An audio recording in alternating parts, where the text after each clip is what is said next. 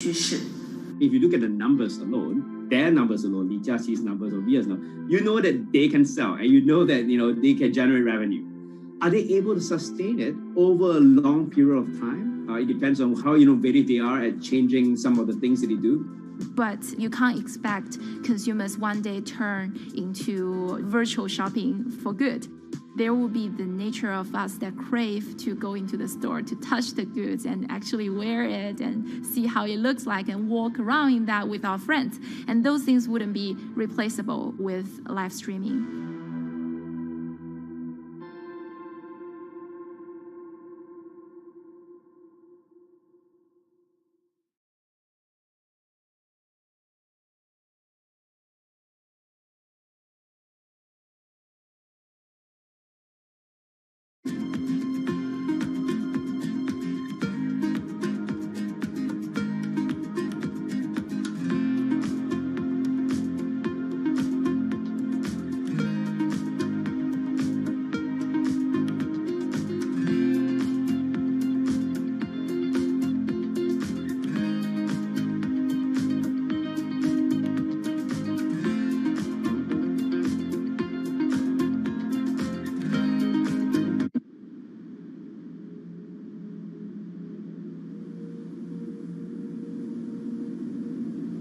You could imagine that the oceans are actually the largest battery. We're storing huge amounts of energy in the oceans. The wave motion can be very deep. It can extend down several hundred meters. And once it gets to the near shore, from about 50 meters, the whole water column is moving backwards and forwards. As we search for ways to reduce our reliance on fossil fuels, some are looking to a largely untapped potential source of renewable energy. In theory, waves off the coast of the United States alone could generate over 2 trillion kilowatt hours of electricity a year, enough to power more than half of the country. Waves intensify and subside not as quickly as the wind, and that means that it can produce a smoother power generation curve. One of the potential advantages of wave energy is that it could act as a complementary source of power compared to other renewables on the grid if it were to be scaled up to commercial scale.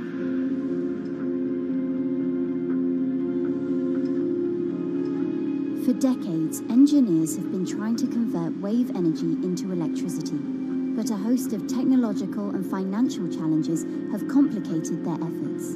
In the years from around 2006 to 2015, there were a spate of bankruptcies in the sector, and this was largely because of a lack of kind of continuous proven projects out at sea with reliable electricity generation.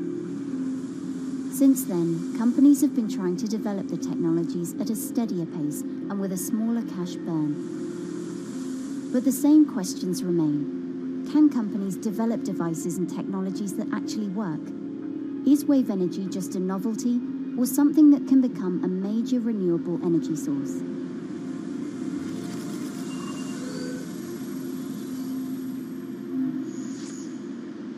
The sea is a very challenging environment within which to operate a power project. So seawater is corrosive and conditions are very rough. So this means that power projects don't have a very long lifetime, and it increases operating and maintenance costs. Partly because of that, many early wave energy projects hit rough waters, such as the Palamis Wave Energy Converter in Portugal and the Isla Limpet project in Scotland. But that hasn't stopped others from trying. Companies are focused on testing projects out at sea, proving their durability, trying to raise capital and bring down cost. The sector hasn't really converged around one single technology design, and companies are kind of undecided about which design works best.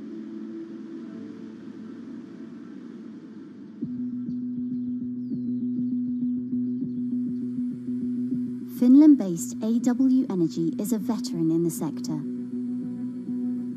The first proof of concept of the company's device was made in the 90s after diver Rauno Koivusaari observed the strong back-and-forth movement of a hatch cover in a shipwreck in the Baltic Sea. The waves are generated far from the coastline, so the wind blows on the surface of the water, causing the water particles to rotate. And that rotation extends deep down below the surface. And the waves can be very long. They can be several hundred meters long. And as they come into the near shore, this rotational energy turns into an elliptical energy, and eventually backwards and forwards, as you probably noticed if you've been swimming on the seashore in large waves, you're pulled in and out. That's the energy that we're extracting. There's a sweet spot where we deploy, so around 10 to 15 meters of water depth. That's where there's still strong wave energy coming in. After years of research, prototyping and testing, the company has deployed Wave Roller, a 350 kilowatt device in the waters of Portugal. Wave Roller has an 18-meter wide and 10-meter high steel panel fixed to the seabed via a floatable foundation. The panel moves back and forth with the waves, capturing the energy. It's submerged in the depth of 15 meters, so it's protected from the extreme waves. We generate electricity by capturing the movement with hydraulic circuitry in a machine room underneath the surface. That hydraulic energy we turn to electricity with hydraulic accumulators and hydraulic motors, and also a generator. The Wave Roller has survived large waves at sea for over a year and delivered electricity via an underwater cable to the grid in Portugal. Meanwhile, the company has won a €2.5 million grant to work on an upgraded version of the Wave Roller, aiming to increase the electricity generation capacity to 1 megawatt. The upscaled device would have a bigger panel, 2 power takeoff units, and improved software to control the energy production. We have taken into use a wave prediction algorithm that kind of tells us what kind of waves are coming into our device. That gives us few seconds to prepare for capturing more energy, and the difference in that is significant. Our future plans are to deliver technology around the world. So I'm hoping we can be working on delivering technology to projects in Asia and also in the American continent as well.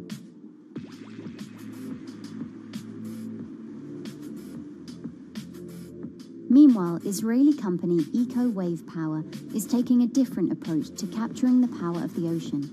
For the company's founder, Ina Braverman, developing new sources of renewable energy is a personal mission. I was born in Ukraine in 1986, and 2 weeks after I was born, the Chernobyl nuclear reactor exploded, causing the largest in history nuclear disaster. I was one of the babies that got hurt from the negative effects of such explosion. I had a respiratory arrest and a clinical death. Luckily, my mother, a nurse, approached my crib on time and gave me a mouth-to-mouth resuscitation, which saved my life. I got a second chance in life and decided to do something good with it. Growing up, Ina wanted to be a politician to positively change the world. After working as a translator at a renewable energy company, she decided to change paths. Solar and wind energy were fully commercialized. There were a lot of amazing technologies implemented everywhere. I saw that wave energy, although it's an immense source of electricity, the biggest companies in the world are trying to develop wave energy with no success. And there was kind of a race going on in the world of who is the company that is going to develop a viable wave energy solution first.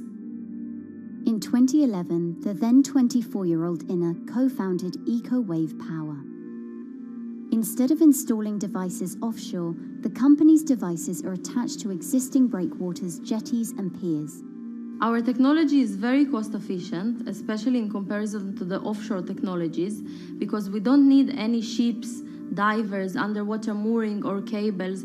We install on existing man-made structures, and all our expensive equipment, the generator, the hydraulic conversion unit, the automation, is located on land just like a regular power station. This is the EcoWave Power conversion unit that has been operating in Jaffa Port since 2014 until 2020. Here you can see how the technology works. Basically, the floaters are going up and down and pushing the hydro cylinders, which transmit biodegradable fluid into land-located accumulators. A pressure is being built. The higher the waves, the higher the pressure, which is used to turn the hydro motor, which is turning the generators. The whole system is controlled by a smart automation system, which you can see right here. And in case of upcoming storms, the system automatically raises the floater above the water level and keeps them in the upward position until the storm passes. The company has been operating a 100-kilowatt grid-connected device in Gibraltar since 2016, which is enough to power 100 households. Currently, Ina and her team are working on another 100-kilowatt project at the Port of Jaffa in Tel Aviv. The project will be also the first time in the history of Israel that wave energy will officially connect to the electrical grid. And our goal going forward is to expand it to all suitable breakwaters in the city of Tel Aviv and to supply a significant part of the city's electricity needs. Today, engineers and entrepreneurs are still trying to crack wave energy. Globally, only a few hundred kilowatts of wave energy are deployed, compared with gigawatts of offshore wind. But the field has come a long way in recent years, and with the right engineering solutions, this new power source could eventually become competitive with more mature renewables like solar and wind. I would have a lot more confidence in the success of wave energy companies today as opposed to like 20 years ago. But in the next few years, or maybe the next couple of decades, it will be more likely to be used in remote locations like islands that are otherwise dependent on expensive diesel power, or out at sea on gas decommissioning rigs, or for powering underwater autonomous vehicles. So definitely wave energy can compete with other renewable energy sources, but I personally believe that this is not a competition.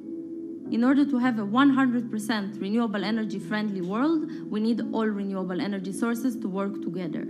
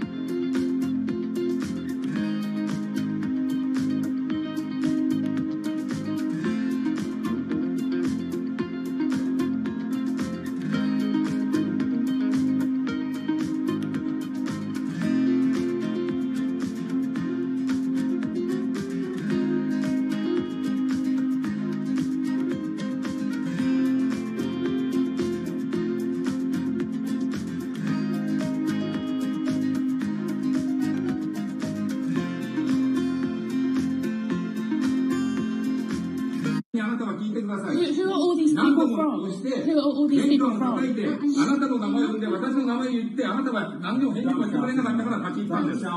So can you please tell me? I'm not going to... please wait. You know, I've covered a lot of companies. I've covered a lot of Machiavellian companies where, you know, people play rough. I don't think I've ever seen anything on the scale of Nissan. He is making you, but you act from this side. I mean, it's corrupt.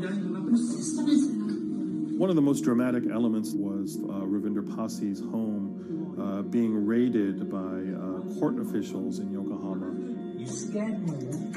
You scared my children. I worked in Nissan for 16 years. So Rav Pasi's journey into the darkest recesses of the Japanese corporate world started when he was the general counsel, the highest corporate lawyer position in the company. In the past few minutes, Nissan has revealed that its chairman has been arrested after allegations of serious misconduct. He was tasked with investigating Carlos Ghosn. And he was told, conduct an internal investigation and get to the heart of the matter. And then along the way, he started to notice serious conflicts of interest.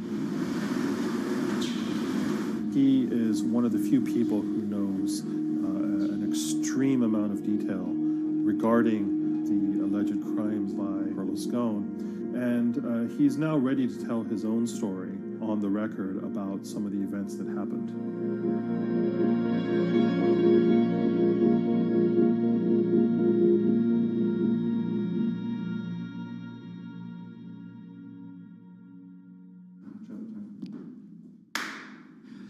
My name is Ravinder Passy. I'm the former Global General Counsel of Nissan Motor Co. Limited. And you could say, yes, I had a front row seat in terms of what was going on.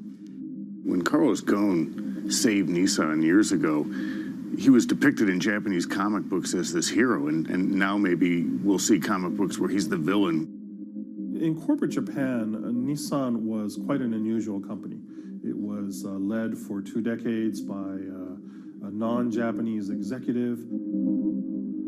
Well, Carlos Ghosn was a hero in the Japanese business world. If you had a global business celebrity in Japan and worldwide, it was definitely Carlos Ghosn. In a country with few foreigners at the top, he stood out.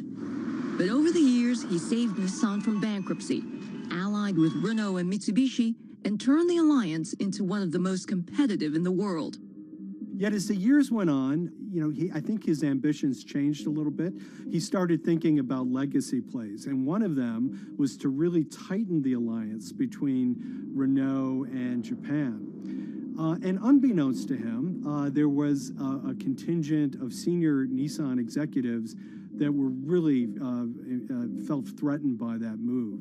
They really thought that they would lose complete control of the car company, and even in the government, there was probably a little bit of anxiety about a national champion in the auto industry falling under full-blown foreign control. Carlos Ghosn was an auto industry leader, respected by many in Japan. Now he's in jail. The arrest of Carlos Ghosn came completely out of the blue. This was in November of 2018. He was coming to Japan on Nissan's corporate jet for a regular executive meeting, and he was met on the tarmac by Japanese authorities who whisked him away to jail and charged him with financial misconduct crimes. So what happened was that a power struggle ensued inside the company, and somewhere along the way, it was criminalized. By that I mean that there were allegations leveled at Carlos Ghosn about the way he reported his pay to Japanese authorities, the way he handled money inside the company, that in other contexts might have been a board action, might have been handled internally. A number of executives at Nissan decided to take this difference and take it over to the Tokyo prosecutor's office, and that unleashed a chain of events that would shake the entire auto industry. So after Carlos Ghosn was arrested, Nissan launched an internal investigation into the events that led up to his arrest.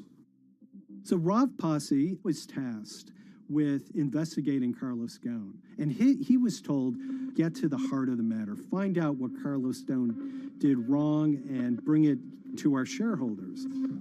It's really complicated because you had various things coming out of the weeds. 2018, the investigation has started, and we become aware of matters in terms of conflicts, actions by certain individuals that cause some concern because things might not quite be what they seem.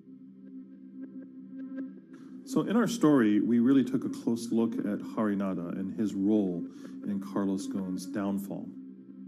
Harinada is one of the most fascinating figures inside Nissan. He's also a lawyer. He's originally Malaysian. Hello, Mr. Hari. And he had a meteoric rise through the company. and became very, very close to Carlos Ghosn and other top figures. He had a front row seat at all the major strategic deliberations at the company. And when he discovered that Carlos Ghosn, as his final legacy play, was going to tighten the relationship between Renault and Nissan, he made a decision to go against Carlos Ghosn. And he became one of the key figures that decided that Carlos Ghosn had to go.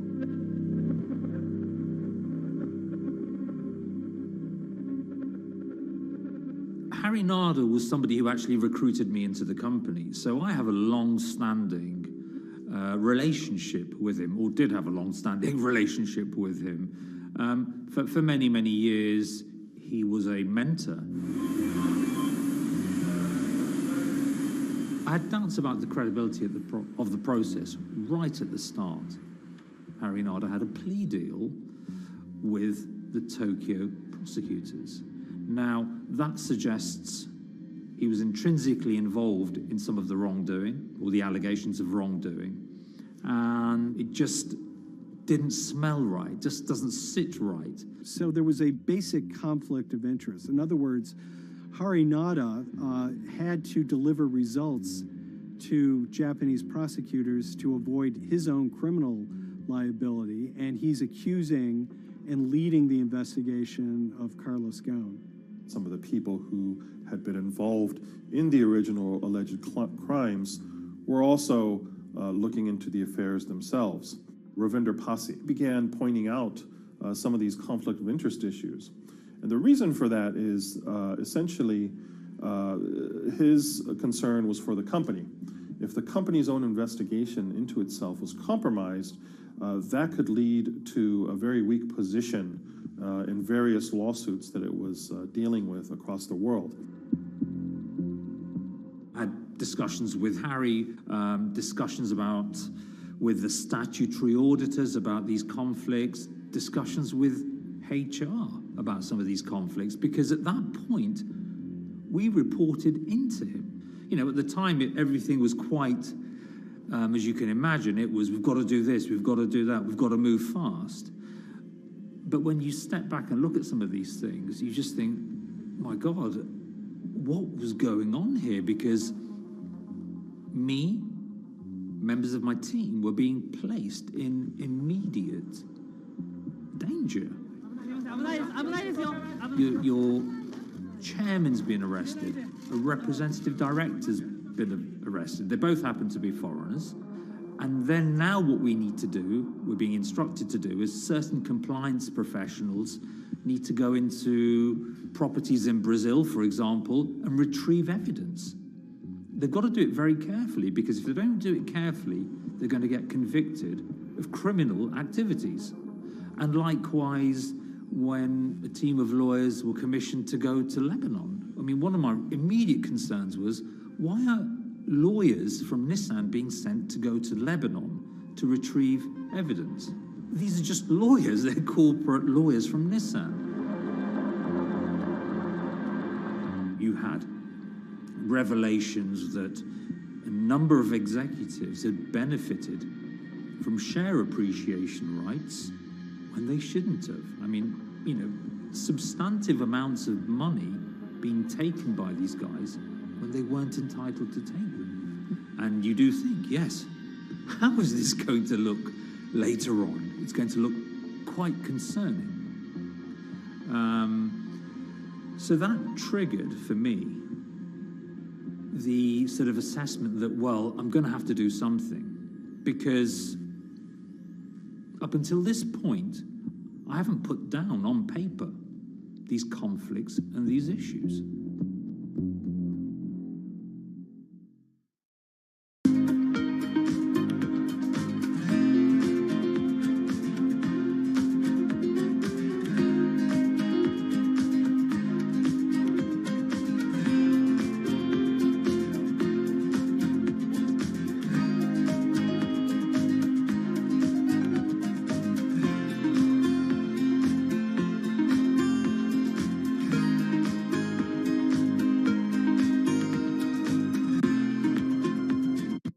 So Rav Pasi makes a fateful move. He writes this letter to the board listing every suspicion he has in great detail, backed up by evidence, backed up by memos, of why this internal investigation had serious problems.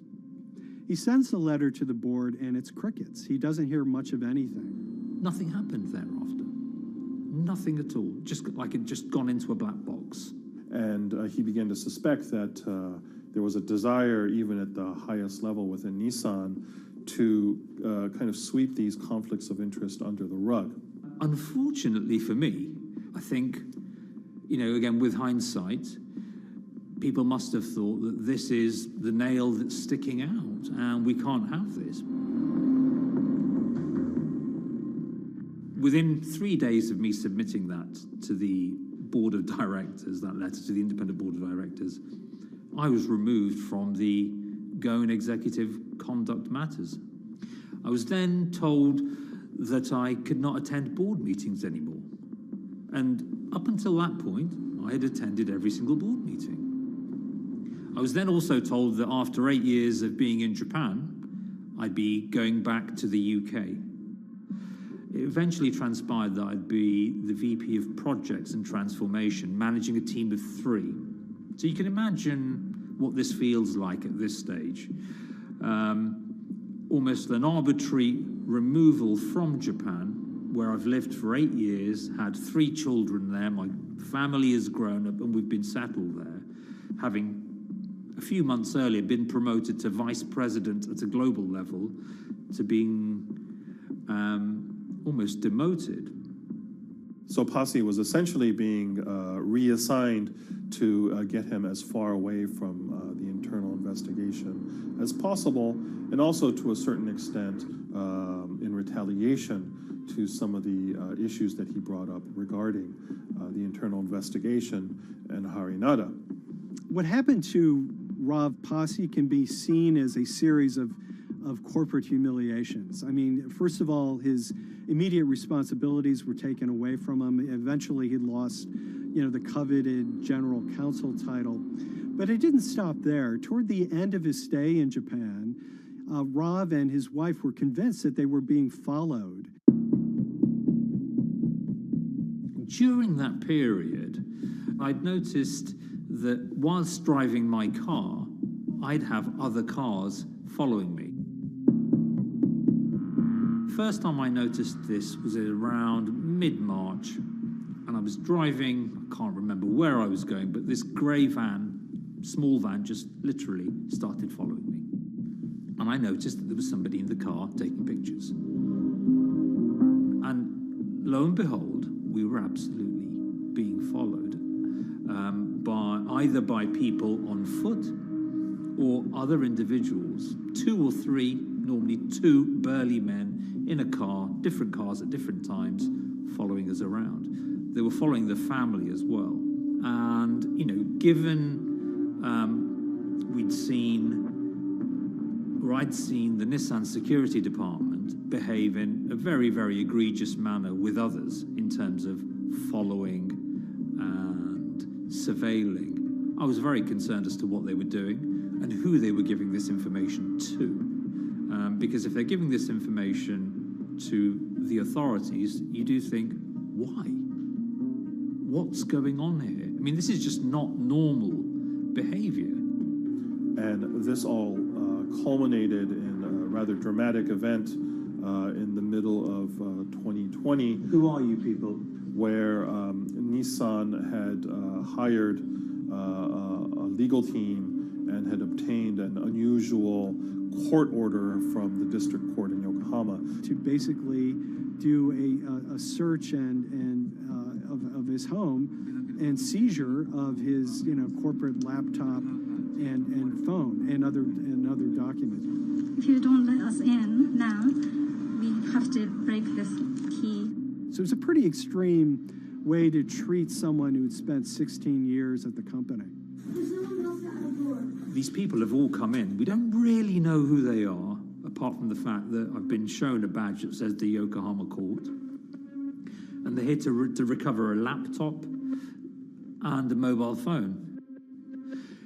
It was even more weird because I'd highlighted to the directors that certain Nissan executives were trying to recover this laptop and this phone whilst I was still in Japan.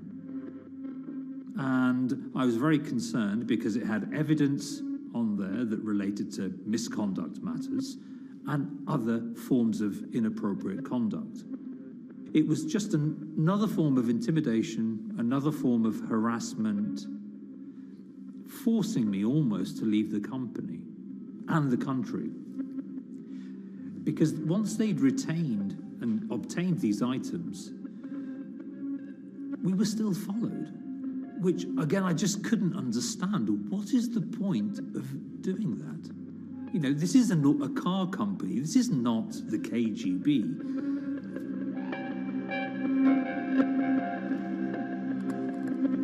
I think it's fair to say that Rob Posse didn't have full battlefield awareness of all the intrigue going on at Nissan. I mean, Hari Nada is interesting because he's both charismatic and charming, and one of the most brutal corporate infighters one could ever run across. This is a confidential company email, right? You should not have this. If he had fallen into line, he would probably still have his job at Nissan, be paid very well, and continued his work. A career that he spent 16 years building at Nissan is irretrievably broken. It's been smashed to smithereens. He and his family paid a huge price, certainly. But in terms of being able to sleep at night, I think he's come out ahead. I highlighted issues to the highest levels of the company so that they could be dealt with appropriately by those in charge. There was no response to those, and there was retaliation against me. What's really profound, like absolutely profound, is that none of your colleagues, I mean people who you have known for years, forget it. Yeah. You're on your own. Yeah. And you got to be ready for that. You've got to be ready for that. If you take it on anyway.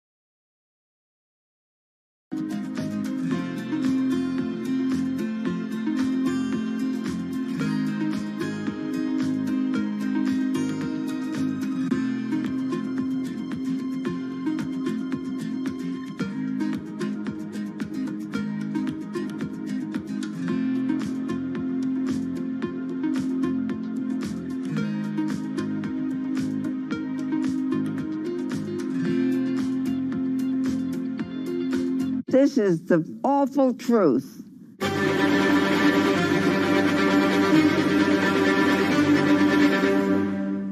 There's always someone in the family that's pushing it.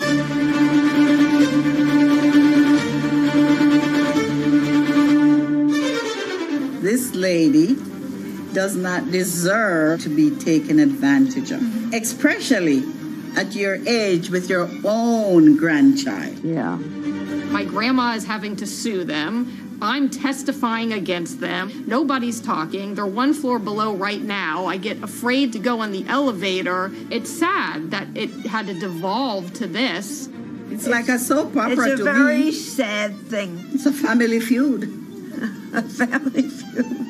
Here's a family that, on paper, you would think has the wealth that so many people seek, yet at the end of the day, it seemed to sort of rip everybody apart.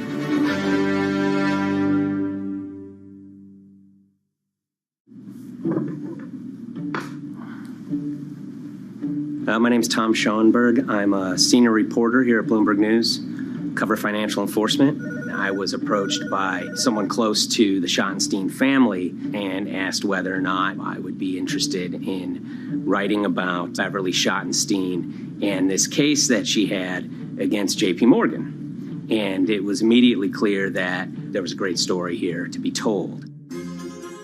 So I started just, assembling all sorts of documents that the family made available to me. That included a diary that Beverly had begun writing when she started having suspicions about what was actually going on with her money. Beverly obtained her wealth from the Schottenstein kind of retail empire that has at times included Big Lots, Value City, American Eagle Outfitters, DSW Shoes. Beverly's husband died, and at which point they sold off their portion of the company, bringing them an enormous amount of wealth at around 1990. Estimates of her wealth were around $90 million. She, for many years, had that pool of money being managed by outside advisors. Her grandsons in the late 2000s had both graduated and were becoming financial advisors. She gave them a little bit to work with, and over time, her grandson, Evan, became the trustee of her entire estate. Managing sort of family money is not a conflict. In fact, some ways in wealth management, it's kind of how you get your start. It's kind of the seed that you need to sort of get going in the business. But Beverly started having suspicions that something was wrong probably in around 2016. Well, there were suspicious things, but taken separately without everyone talking about their own experiences, it was hard to really put it together. She had written a check to her caretaker, Dawn, that bounced. So she went down to her local Chase branch to sort of find out what was going on. She wasn't getting paper statements in the mail, so she asked them to print out a number of her statements having to do with her checking account and her credit card account. So we went to the bank and asked for the statements. And she got a whole year and going through all of them, page by page by page. And it was there she saw all sorts of charges that she said she didn't authorize or didn't know about. I was becoming very, very suspicious. I was starting to look in the money part, and that's what bothered me more when I saw that money was going, and I was not a big spender. Around the same time, Dawn, she starts noticing Beverly's son, who lived in the condominium below her, came up with Evan with a shredder and started grabbing papers in her office area, including some with JP Morgan letterhead, and just started sitting at the kitchen table, just shredding documents over and over. Yeah, they came in one morning. They used to do it in the back. Through the back door, and they brought the shredder inside. And then they went in the drawers in the office and took out all the papers, and they started doing it. I was very suspicious because I know you don't go around and destroying papers. Beverly said that they had done this many times before. That's when she said to me, Dawn, I'm going to write my feelings in this black book. Diary. And it's a diary, and she started writing. Each day she would write a little at a time. Around the holidays of 2018, a package had arrived, a FedEx package, and in it were materials about a venture capital fund based out of the Cayman Islands. Dawn and some other family members take a look at this, and they see that Beverly is signed up for this fund to the tune of $5 million over the course of several years. And that was really the beginning of it. That was sort of the tip of the iceberg when it became obvious that something was going on, that my grandmother really wasn't aware of this fund. Beverly started to panic. She got really upset and called, JP Morgan's headquarters in New York and asked for Jamie Dimon. She said she was told someone would call her back, but she says that never happened. She wrote a letter to Evan and Avi, and in there she laid out a number of things that were concerning her: unauthorized trading, the checking account. She had about $1 million worth of jewelry in a safe deposit box, and that her son Bobby had the key to that box, and that jewelry had gone missing. All this was kind of packaged in this, 5-page handwritten amendment to a will and trust. There's such an evolving narrative about why the jewelry was taken. The only truth we really know is that the jewelry is gone. But why it happened, there have been a lot of different stories. You just don't take your mother's wonderful things and hand it out. And they emailed that note to JP Morgan to seize all activity on her account. And it ended up setting off a firestorm after that. As soon as they got this email that there was a cease and desist and that she wanted to send her money and change brokerage firms, they were actually vacationing one floor below downstairs. They're there right now. The next day, Beverly's in her place. The granddaughter's still in her place visiting. Dawn is there, and up comes Bobby kind of barging through the door. And he's screaming about what was sent to the JP Morgan. They're now investigating now.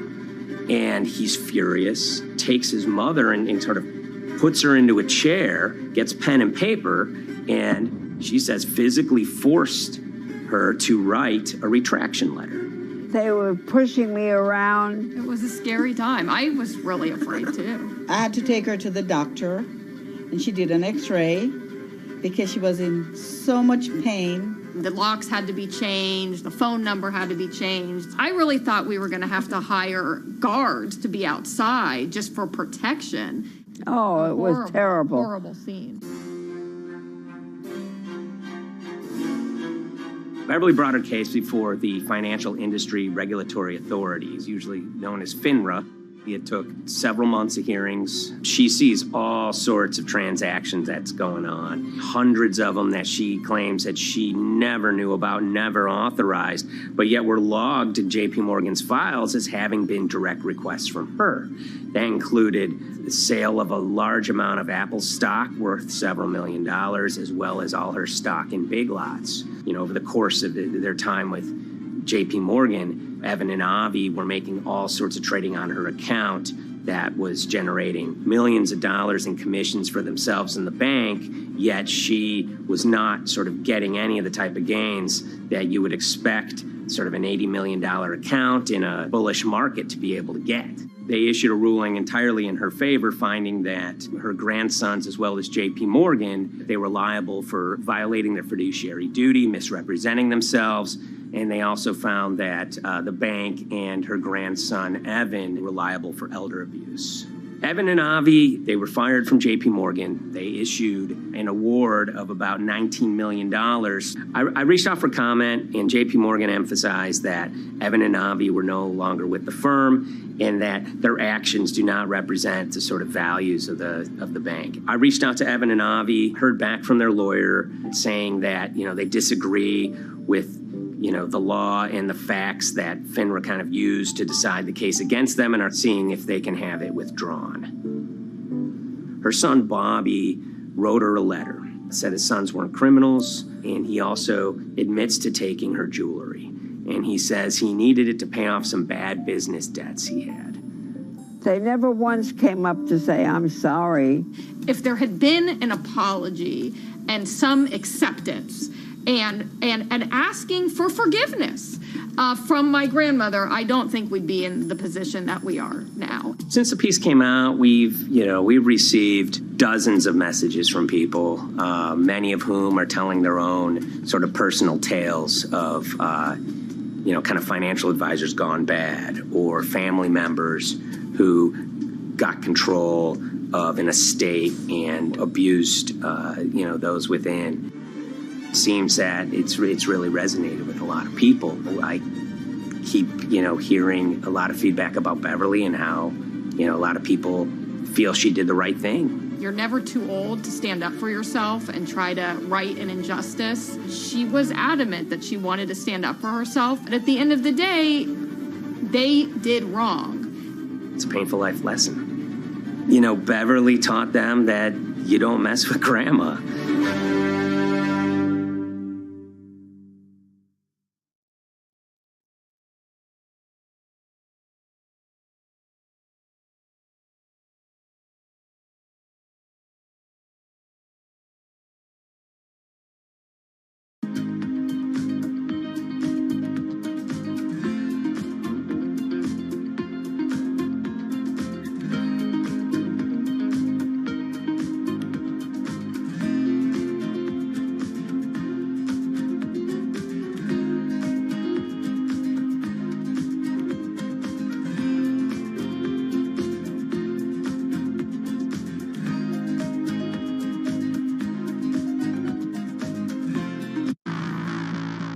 On April 20th, oil markets did something they never had before, and they crashed, went into negative territory and closed the day at minus $40. Meanwhile, in a place called Thaden Boyce in Essex, a group of 9 traders, led by a guy called Cuddles, made $660 million over the course of a couple of hours. The price of oil has collapsed to a record low. We've never really seen anything like it. WTI this morning down more than 35%. People maybe wouldn't have been so surprised if the oil price had fallen to zero, but the oil price went to minus 38. It went far lower than anyone had expected. And so lots of people in the market were saying, well, hang on, something else is going on here.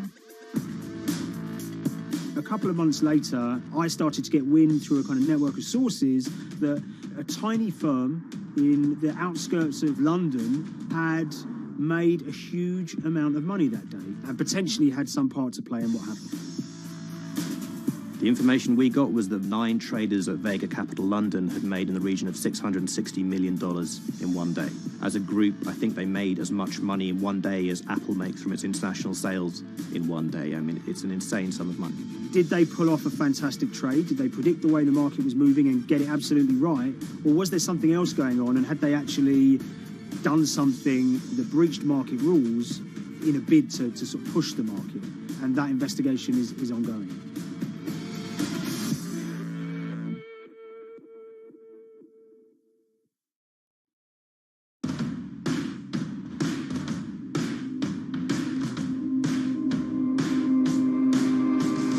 So Paul Commins is a trader who cut his teeth in the pits in the 80s and 90s. When everyone had a nickname, his was Cuddles. If you can imagine, that was a very sort of cutthroat type of world where people are doing, you know, hundreds of thousands and millions of dollars trades by shouting at each other, giving hand signals, and then sort of scrawling on scraps of paper. The culture of the trading pits in London was very influenced by the working class guys who became traders there. They weren't like the city bankers that had gone before them. They weren't usually Oxford or Cambridge. You know, they didn't wear Savile Row suits. They were ordinary working guys who happened to have a talent for trading. And a lot of them came from Essex. I think it was 400 traders in the pits, and Cuddles in his, you know, oil and gas pit was described to us as amongst the top 3. In amongst that, was very successful and made, you know, very large amounts of money as a young man. But, you know, inevitably, mechanization and the arrival of electronic markets was the kind of death knell for the pits. And in 2005, the IPE closed down. And when the pits shut down, a lot of the traders who worked there lost their jobs or quit or went to work for financial institutions. But Paul Commins decided to start his own trading collective out in Essex. Some of them are ex-pit guys, cut from the same cloth as him. Lots of them are actually sort of in their 20s, and they're his, you know, drinking buddy's son, or they're his own kids' friends from football. You know, they're young lads, hungry and ambitious, and he brings them into the fold. And fairly shortly, he's got, you know, maybe a dozen or so traders that they're independent, let's be clear, but they're all part of this collective.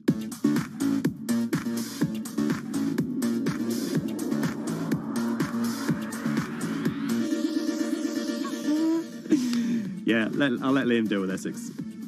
I am from Essex, so I feel like I'm free to, to get into this. Sweet, as they say. If you were to ask someone in Britain how they would imagine a kind of Essex person, they would see someone who's maybe slightly flamboyant, with a sort of Cockney accent, a sort of Guy Ritchie-style accent. Not afraid to splash the cash, but it's probably pretty bright and has done well for themselves. Don't even make sense, does it? But, these guys, they drove around very nice Rolls Royces and Bentleys. They went to places like Marbella on holiday.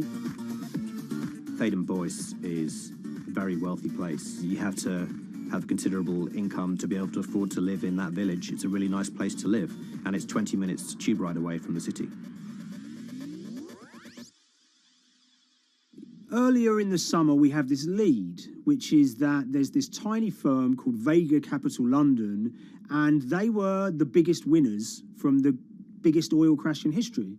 Anyone that covers markets is going to be surprised about that. You're thinking your BPs of the world or your Glencores, but it's this tiny firm. And one of the big challenges that we had was actually finding out who worked with Vega Capital. It wasn't immediately obvious, and at first we had absolutely no idea. If you go to the Vega Capital website, it says it's under construction. If you do basic online searching, it's very difficult to find anyone who's publicly connected to the company. So inevitably, we're incredibly curious at this point. Like, who the hell are these people? The more reporting we did, the more it became clear that this group were connected socially as well as professionally. They went to weddings together, they played golf together, they would go on holiday together. We found out that a number of them were members of the West Ham Supporters Club in London. A few of them started companies together, so you could see all the connections between them and start to see a distinct group emerging. And it really just was this kind of shock that, this wasn't just like a hedge fund or a firm you'd never heard of. This was actually a group of buddies who all had the same experience on this day and had all made a huge amount of money. So if you're an oil trader, there's a number of different ways you can trade, and probably the most popular is WTI Futures Contracts. And it's basically a contract that says, I'm going to buy 1,000 barrels of oil from you at this point in the future, or I'm going to sell 1,000 barrels of oil to you at this point in the future. It's actually just a financial contract to gamble on to predict whether oil is going to go up or down. On the 20th of April in Essex, there have been signals for a while that this was going to be an exceptional day in oil markets. And we know that some of them arose early and started their trading in the early hours of the morning while it was still dark outside. Essentially what they were doing is buying contracts that gave them an obligation to buy oil at whatever the price ended up at 2:30 p.m. So they're basically placing a bet that oil was going to fall throughout the day. But they're simultaneously selling lots of oil as well. And whether they make a profit and how much profit they make is the difference between what they buy the oil for and what they sell the oil for. Now, of course, we now know throughout April 20th, the price dropped and dropped. So this is going very well for them. They are committed to selling oil at these prices, and the prices are continuing to fall, which means they're going to be able to offset it and buy oil at cheaper at the end of the day. Now, once it gets to kind of 1:30, 2 p.m., that's when things start to get really interesting. Suddenly there's a kind of influx of buyers and sellers, as desperation increases in the market and trading volumes go up. Now at 2:08 p.m. exactly, something bizarre and unprecedented happened, which is that oil passes into negative territory. And it fell to a record level of minus $38. We've never seen anything like it, period, in terms of the contraction of the global economy. That huge gulf between what they were buying the oil for and what they were selling it for enabled them to make more money than they ever thought possible. So their profit was the difference between minus 37 and all of these positive numbers on every contract they sold. The price of crude briefly hit minus $37 a barrel. For one group of traders operating from a small office, it was a very, very profitable day. It's important to remember this had never happened before in the history of oil trading. No one could have predicted it. I can't think of another example of where you enter a trade and you get paid on both sides. You get paid both to sell and to buy. It's unthinkable. One thing we know about the Cuddles Trading Arcade is that they were very comfortable taking large risks. And, you have to be clear, this was a large risk. Yeah, we spoke to oil traders, both people that know these guys and people that don't, and they all say that this is, incredibly risky. And that's actually what stops a lot of oil traders doing trading like this. They simply aren't willing to stomach the risk. But Cuddles and his friends were. So when the kind of final calculations came down, the group of the 9 most profitable traders made $660 million or thereabouts between them. I mean, if you can imagine, I think 3 or 4 of them made in excess of 100 million each. One of the astonishing things about this trade is that 2 of the individuals who made more than $100 million in a single day were in their 20s. One of them was 22 years old.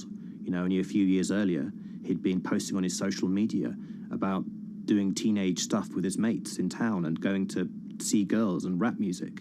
And here he is a few years later making $100 million in a single day's trading. When me and Liam discovered that, we couldn't believe it. We couldn't believe what we were seeing.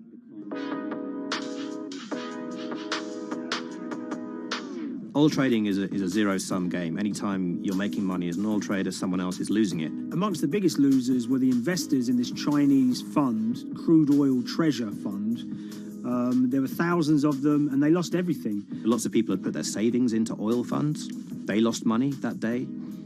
Big banks and brokers who sort of stand in the middle of trading parties, they lost money that day. And another interesting thing is that oil-producing countries like Kuwait or Canada, they sell oil as an average of the WTI closing price over the preceding month. So the fact that one of those numbers in that average was minus 37 meant, if you can imagine, countries like Saudi Arabia and Kuwait potentially lost a couple of dollars on every single barrel of oil they sold that month. Vega Capital's traders made such an extraordinary sum of money that it was inevitable there would be some scrutiny of what they did. But it wasn't just the sums of money they made. In the vital half an hour before the settlement price was set, they were by far the biggest sellers of oil futures in the market, which is an incredible thing to think about when you consider that the other participants in that oil market are going to be the world's biggest banks, oil majors, BP and Shell, and here you have a group of 9 guys in Essex who are having this significant influence over a global market for oil.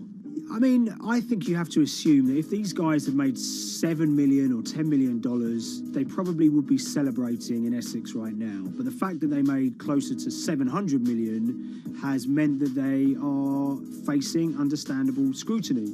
We wrote individually to all the Vega traders who did exceptionally well that day, and we got a letter in response from a law firm representing the group.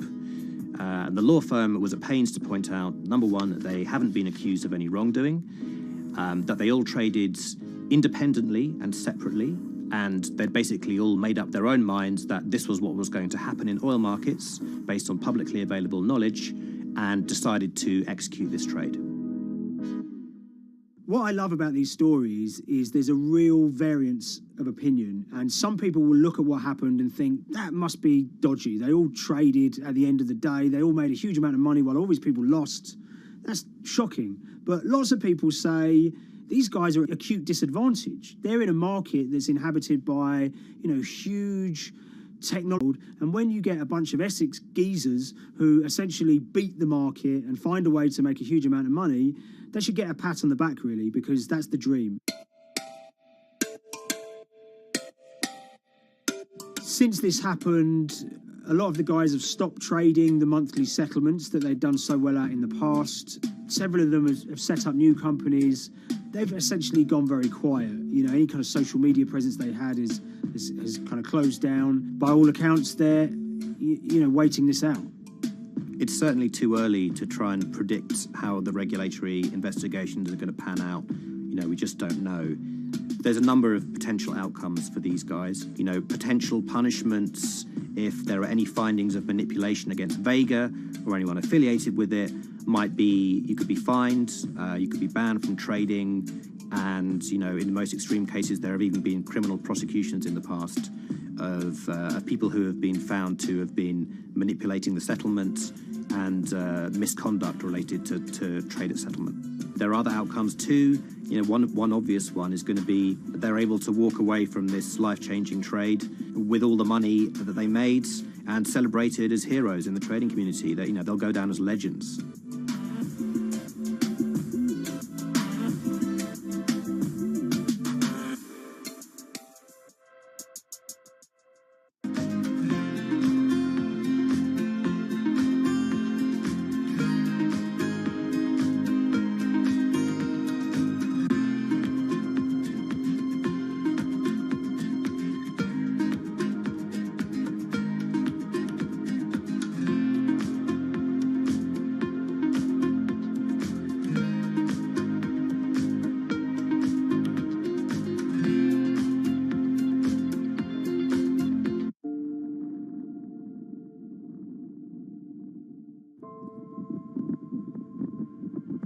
It's very important, given the nature of the climate crisis right now, for the general public to have an understanding of what progress is or is not actually happening. And I think many readers right now, they'll see these hundreds and hundreds of companies making these big, bold climate claims. And they would be forgiven to think that, you know, we're well on our way to meeting the emission reduction trajectory we need to be on. And the reality of the matter is we're just not on that trajectory. And a key reason for this sort of disconnect is the use of offsets that aren't doing what they claim to be doing. We have a massive potential for sort of willful blindness. We can convince ourselves of things regardless of what the facts are. And so that's what tends to happen in these cases. It's not that anybody is setting out to commit climate fraud. They sort of walk themselves into a situation and they convince themselves of one thing, and that allows them to convince themselves of another thing. But at the end of the day, they're doing something that makes no sense at all.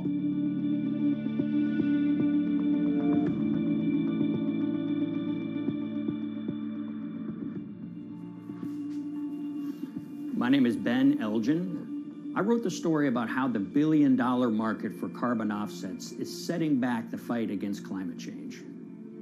So one of the challenges in reporting on carbon offsets and trying to figure out what's going on is really finding good experts who have been steeped in this marketplace and are willing to candidly talk about it.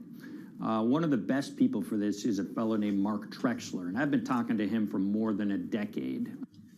My name is Mark Trexler. I've worked in climate change for the last 30 years. I was actually hired by the World Resources Institute in Washington to work on the first carbon offset project in 1988. In terms of defining a carbon offset, one of the beauties, so to speak, of greenhouse gases, sort of the silver lining of greenhouse gases, when you put up a molecule of CO2 into the atmosphere, it can be anywhere in the planet in 7 days.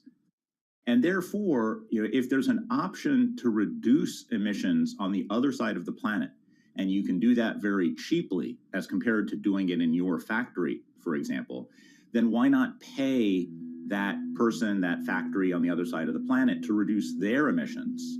Then you are, in a sense, offsetting your emissions, and the atmosphere doesn't really see your emissions anymore.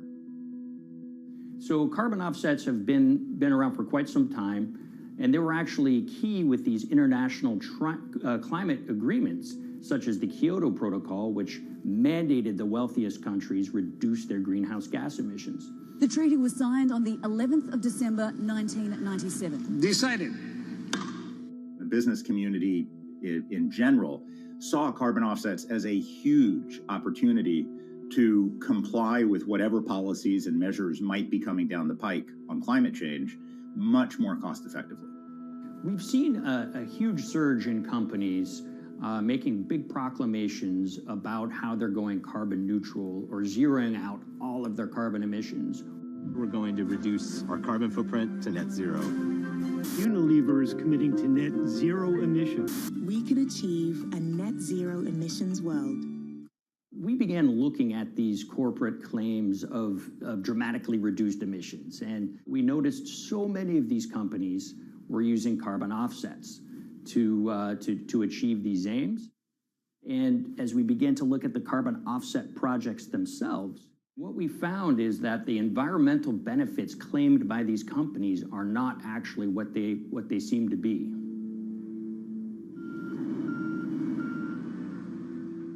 And as we sort of saw and spotted a number of these very aggressive carbon offset projects, which appeared to be generating inflated credits or bogus credits, we saw a number of them were associated with the Nature Conservancy.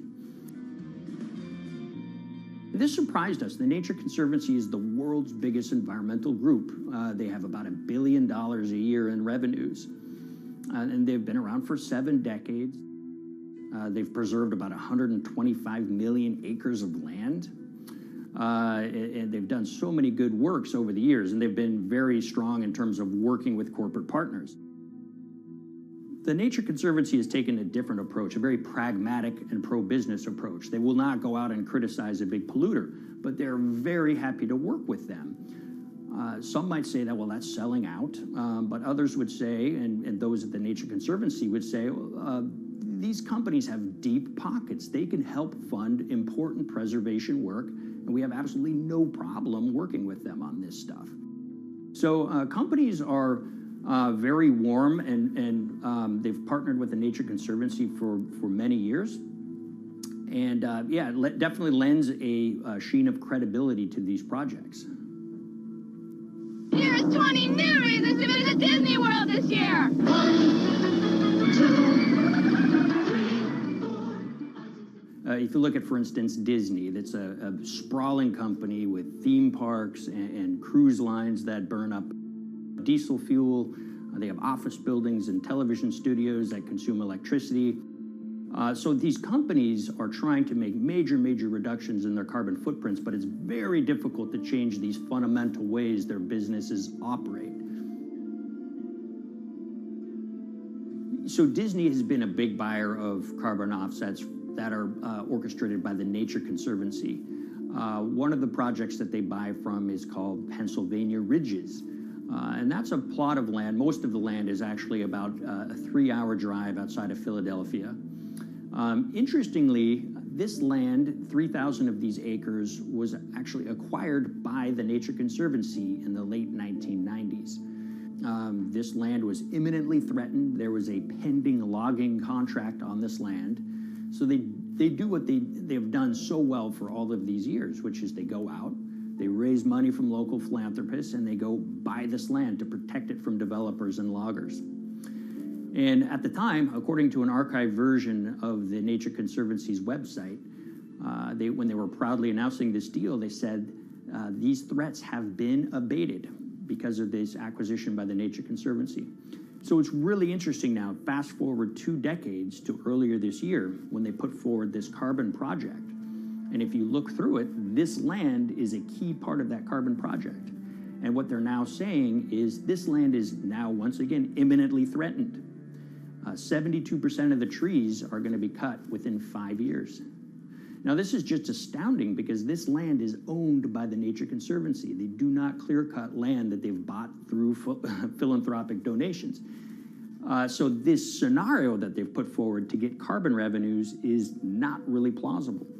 And what that means is when you have Disney coming in and buying these credits, when it eventually lowers its carbon footprint because of these credits, well, that won't be a credible or truthful claim by Disney.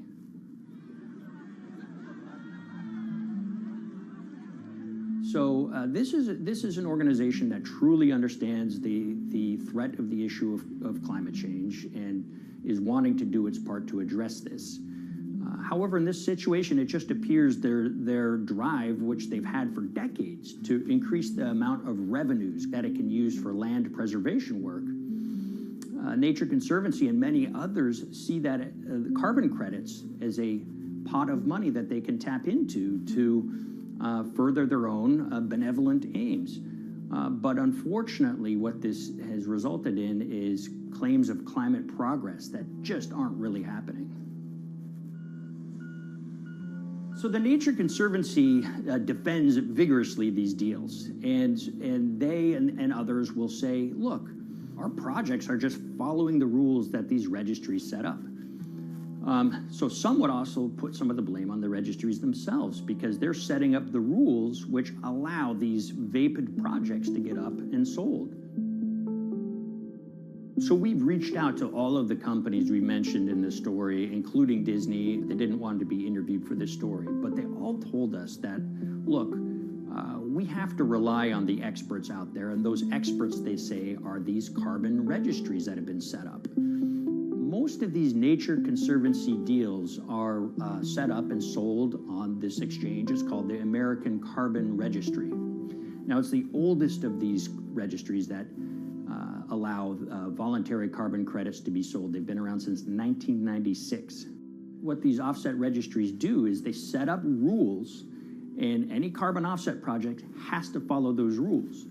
But there's this tension that's always there. If the rules are too strict, then it's going to be very hard for carbon offset projects to get up and running. So there's this this balance going on where the registries want rules that attract projects, but they don't want it to be so strict where it will disincentivize projects from getting listed. One of the challenges with designing carbon offset systems is that there are normally two people at the table. You have buyers and you have sellers. And to some extent, you have policymakers, but you know, the buyers and the sellers are really the ones with the expertise, with the incentive to really participate hard, make a lot of things happen. And the challenge there is that both of them sort of want the same thing, or they're both happy with the same thing. They're happy with low-cost offsets and a lot of them, because that works for their business model. You end up, though, with nobody really representing the atmosphere, so to speak. Nobody's really representing the climate in those discussions. And so the policies end up biasing the whole system. And you end up in sort of a race to the bottom. And that's what we've seen happen. You know, when it comes specifically to the topic of carbon offsets, you know, I am a fan of carbon offsets in the sense that they can help mitigate climate change. They absolutely can. But, you know, if we're not going to do it correctly in a way that actually does help mitigate climate change, then it's nothing but a distraction. And, you know, after 30 years, you have to start wondering, is it really just a distraction? And that's really unfortunate, but that's where we are. Ultimately, what needs to happen is systemic change. You know, we're sort of nibbling around the edges with some of these different things. We need to change how we produce energy. We need to change how we transport ourselves. We need to change what and how we eat. You know, we need systemic change associated with transitioning to a low carbon economy.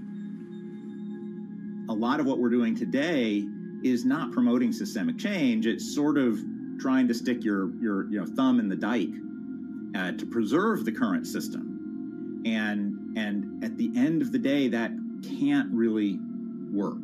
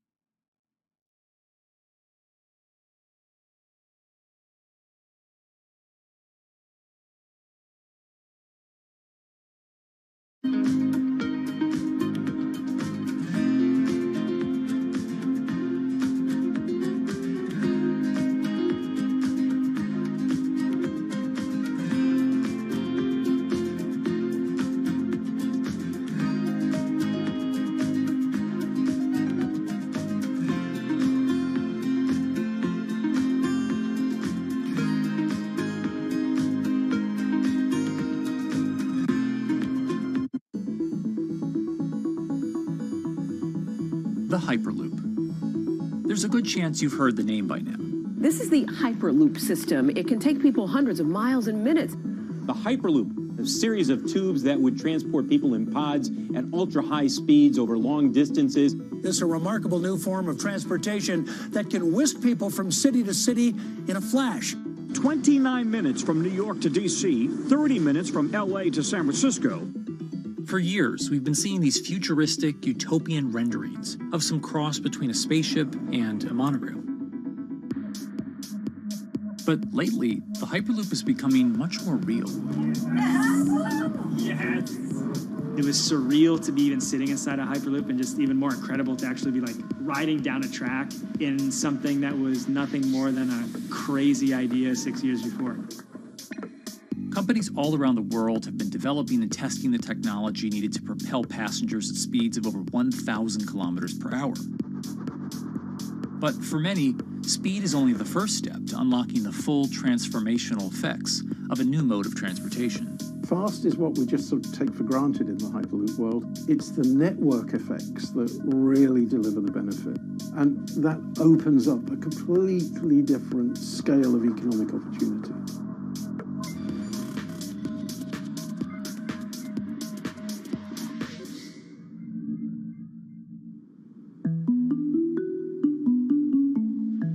We've got planes, trains, automobiles, and boats for getting around Earth. But what if there was a fifth mode? And I have a name for it, which is called the Hyperloop. The Hyperloop? Hyperloop, yeah.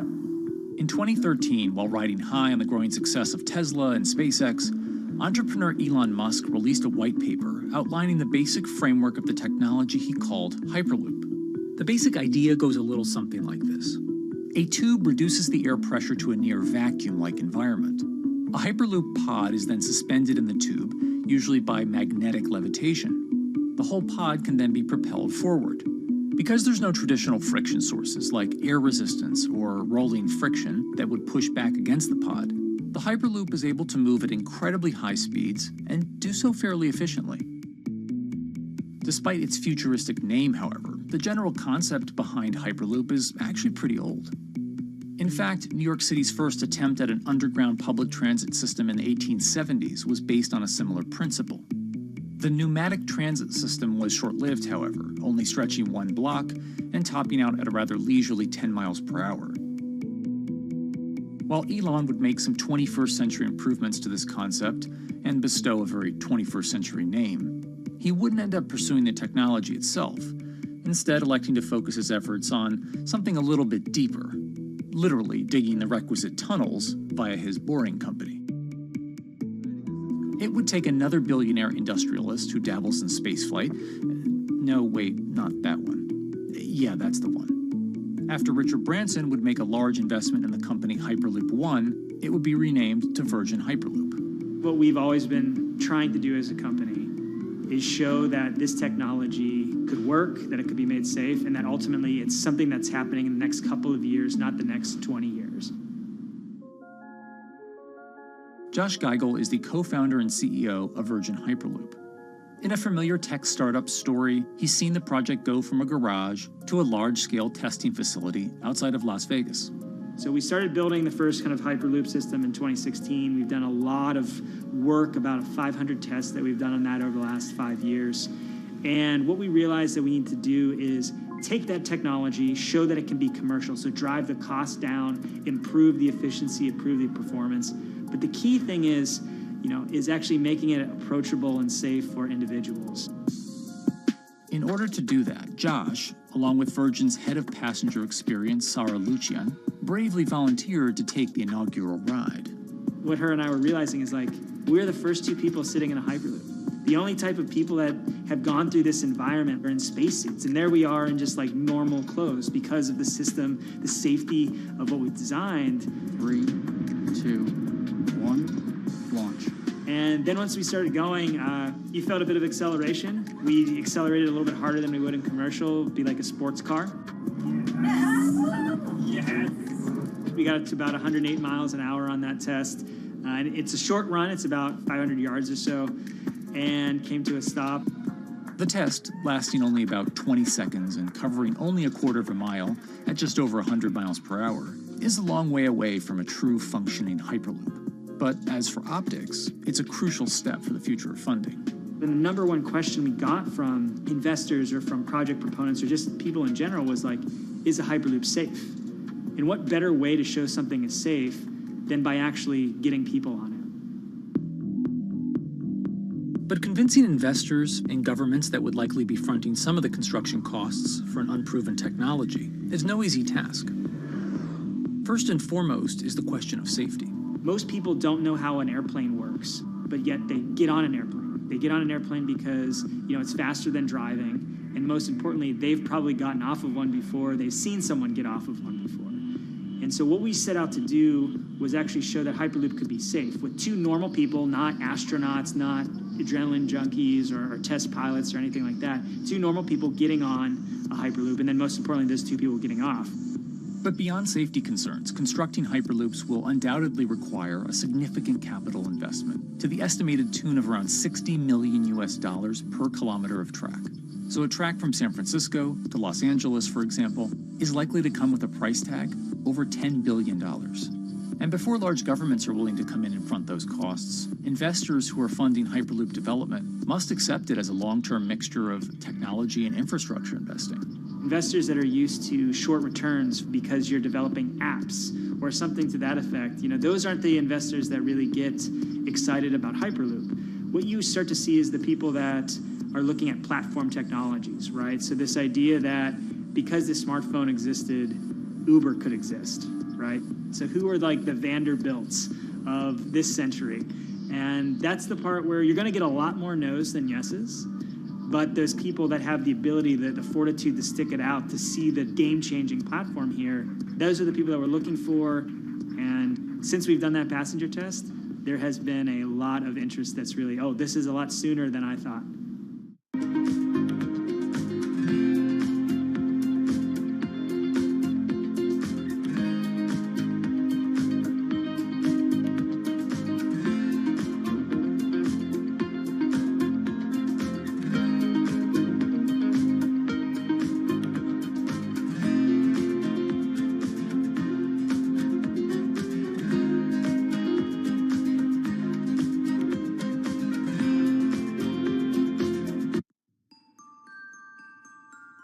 Envisioning the ripple effects of what Hyperloop could achieve, though, is fairly challenging at this stage of development.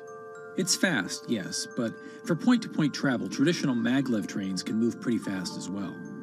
And outside of China, South Korea, and Japan, even those haven't seen much adoption elsewhere due to the high costs and questionable profitability.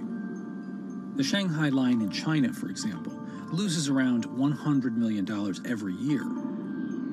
Hyperloop companies, however, believe they can offer something different than traditional railway lines. My name's Alan James, and as far as I know, I'm the only guy on the planet who's written a government-level business case for 300 kmh conventional high-speed rail, 500 kmh maglev, and 1,000 kmh Hyperloop.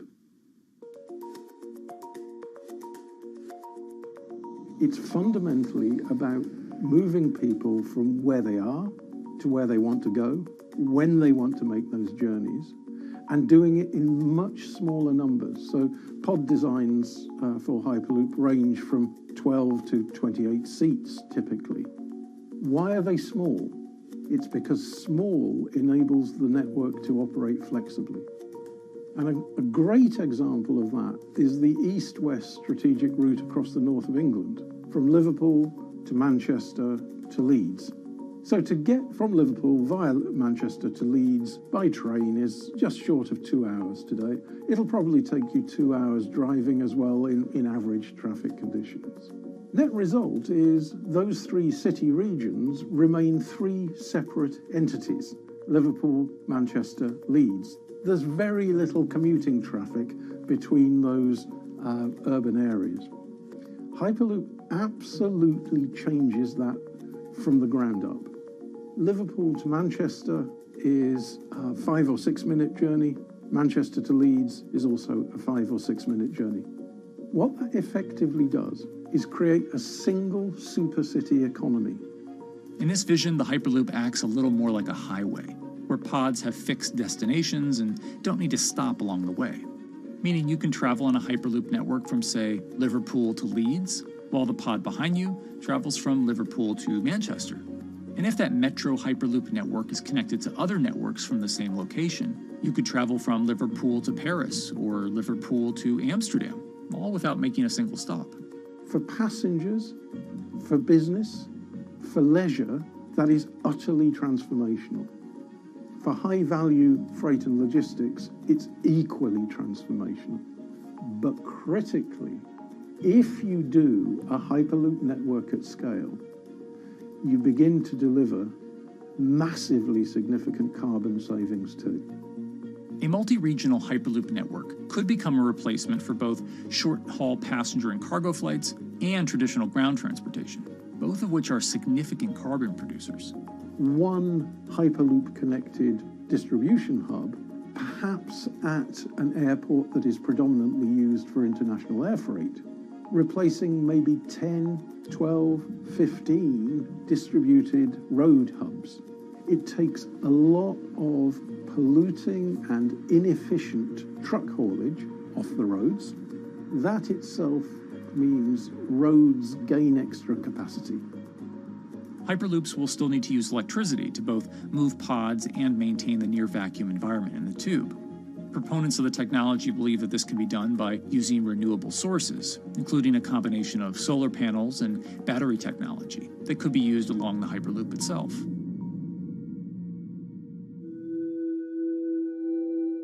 But even with all multipliers of time and carbon emission savings that a Hyperloop network may provide, the investment capital required to actually build such a network becomes even more economically and politically daunting. Committing doesn't mean spending billions on day one. Committing means, how do we phase it?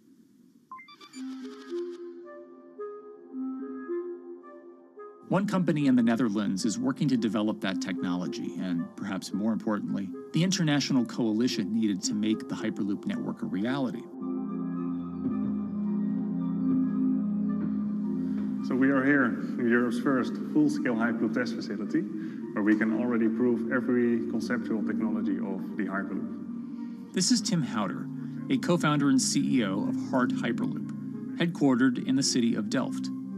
And while this testing tube might not seem as large as others, inside is a key technology to create the on- and off-ramp type infrastructure of a Hyperloop network, that is, a lane switch.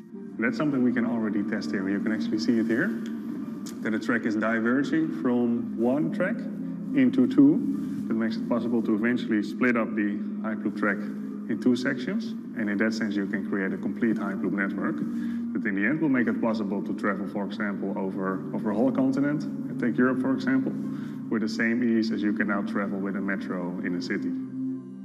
The nice thing about this magnetic levitation system that we've developed is that there's absolutely zero moving components in the track. So for example, if you have to do a lane switch, all you do is that the tube basically splits up, and statically the tracks also split up.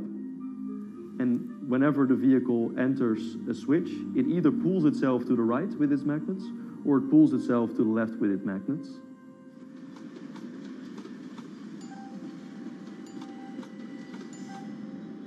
Lane switching on traditional rail requires the physical movement of the rail.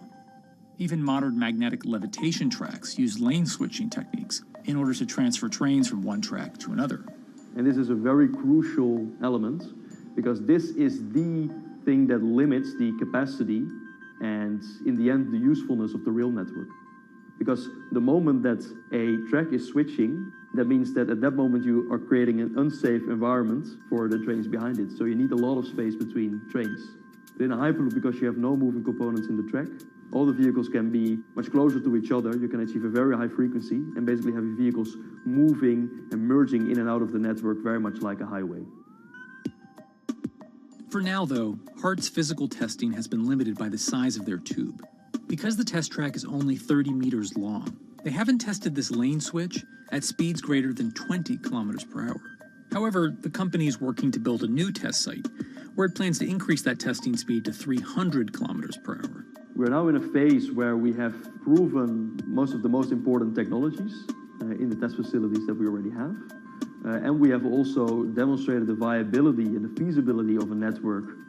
If you look at all the subsystems that it consists of, most of those are proven systems, already demonstrated in lab conditions. So we don't really believe that the technology itself is going to be the biggest challenge. Because for all Hyperloop companies out there, actually building a Hyperloop system requires more than just a good product. We're talking about the safety aspects, we're talking about integration into the environment, we're talking about the social aspects. Do people feel comfortable traveling in such a system? So it's about all these different aspects. And the complexity is really getting all the different stakeholders that are relevant and that do need to contribute to bring this to market, to get them all following the same roadmap.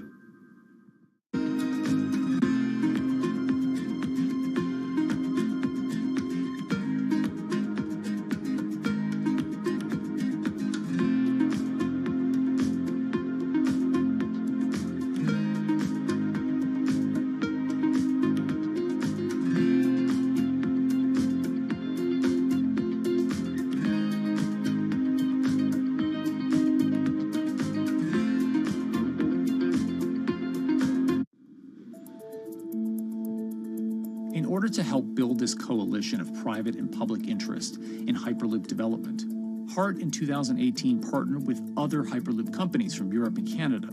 The goal was to define, establish, and standardize the framework to regulate Hyperloop systems. Right now we are working with all the Hyperloop developers together in setting up the first, structure for starting the standards drafting. One of the most important goals for HART is interoperability, which is essentially making sure the different systems can communicate with each other. Interoperability is so important because what we want to achieve is actually have this seamless travel experience. So you don't want to end up, for example, going from Madrid to Paris and then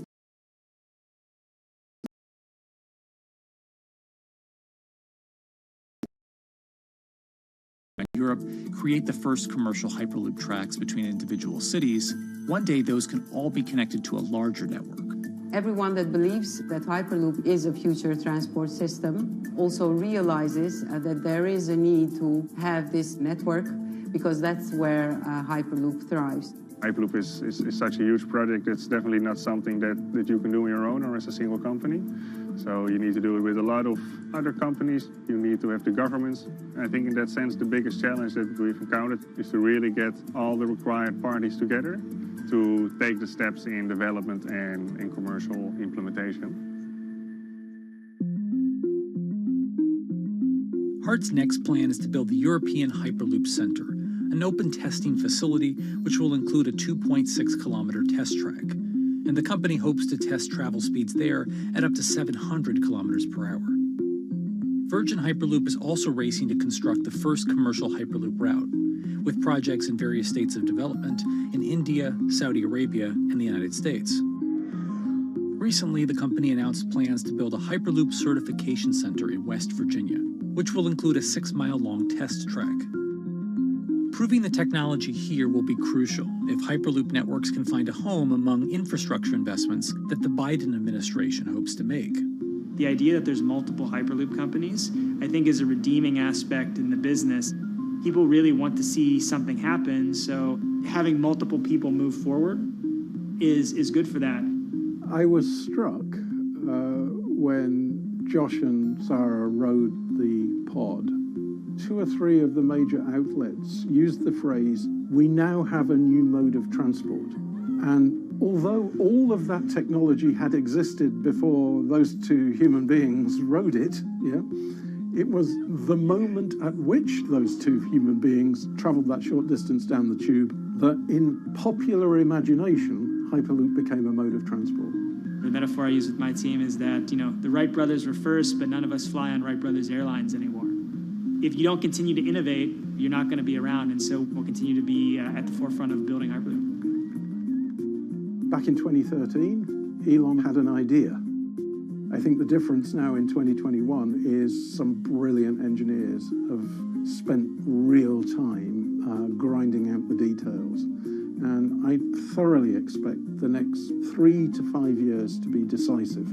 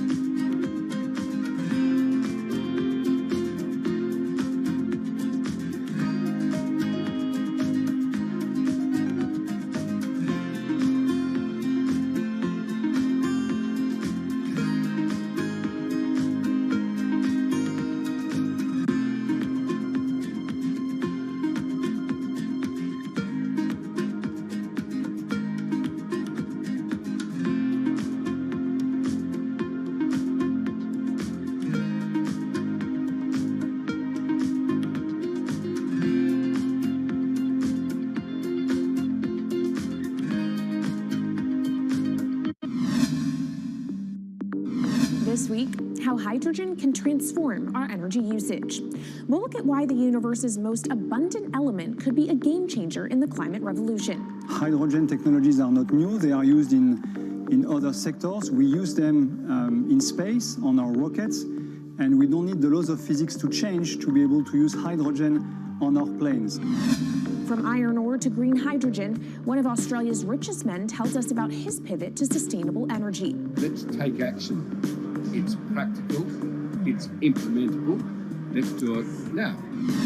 Plus, the hydrogen revolution. We'll speak with the CEO of Italian utilities firm Snam about his new book and how green hydrogen could be competitive within 5 years. Costs are coming down and people are waking up to the fact that it's the only way to decarbonize certain sectors. From Bloomberg's global headquarters in New York, I'm Kaylee Lyons, and this is Bloomberg Green.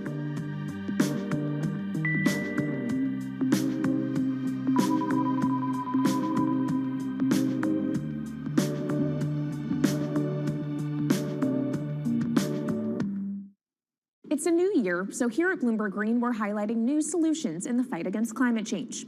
And one of those is as old as the universe itself, hydrogen.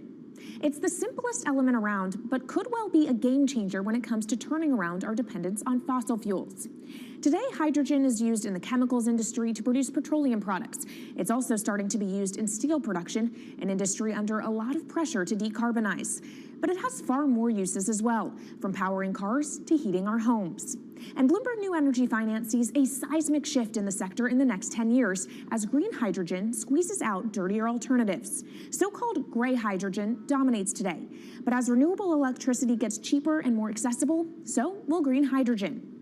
In this week's edition of Bloomberg Green, we'll explore what this push into hydrogen means for tackling climate change. We'll hear from Australian billionaire Twiggy Forrest about his pivot from iron ore to hydrogen, and we'll also speak with the CEO of Italian utility company Snam about his book, The Hydrogen Revolution.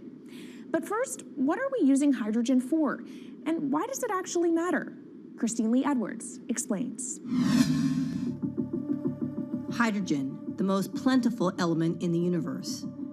On Earth, we find it mostly bonded to oxygen in the form of water, or in other gases known as hydrocarbons. Hydrogen gas, H2, burns hot and clean, making it an attractive tool in the race to net zero. But isolating hydrogen from other elements is no easy task. Today, the cheapest way to do this is via chemical processes that break up natural gas. This releases a lot of carbon dioxide. Another method is to use electricity to split water molecules in a process called electrolysis. Although there is no carbon byproduct, a lot of electricity is needed. And if this power comes from burning coal or gas, it negates the zero emissions goals of using hydrogen to begin with. Hydrogen produced in this way, powered by fossil fuels, is called gray hydrogen. If carbon capture and storage is used together with fossil fuels, then it becomes blue hydrogen. If nuclear power is used, it's called pink. And finally, green hydrogen is when it's produced via electrolysis and powered from renewable sources. This method is considered emissions-free. It's predicted that by the early 2030s, H2 made from renewables will be cheaper than that made from fossil fuels. But that hinges on the cost of electrolysis declining, which will be achieved through larger projects and an expansion of manufacturing. To be clear, vast amounts of H2 are already used today. Global production in 2018 totaled 117 million metric tons. This hydrogen is mostly used for its chemical properties, not as a source of energy, and very little of it is clean. Some sectors like steel could start using hydrogen for these chemical properties, replacing coal. Industries like cement and glass may also use hydrogen as a source of heat. Another advantage is its energy storage potential. It can be stored over long periods of time and used when more power needs to be added to the grid. It also could hold an advantage over batteries in heavy transport and shipping. The promise of hydrogen for energy has been around since at least 1874, when Jules Verne wrote about it in his book, The Mysterious Island. But the future of hydrogen will depend on policy. Countries with net zero targets, carbon pricing, and hydrogen strategies with investment mechanisms are likely to see the highest H2 demand.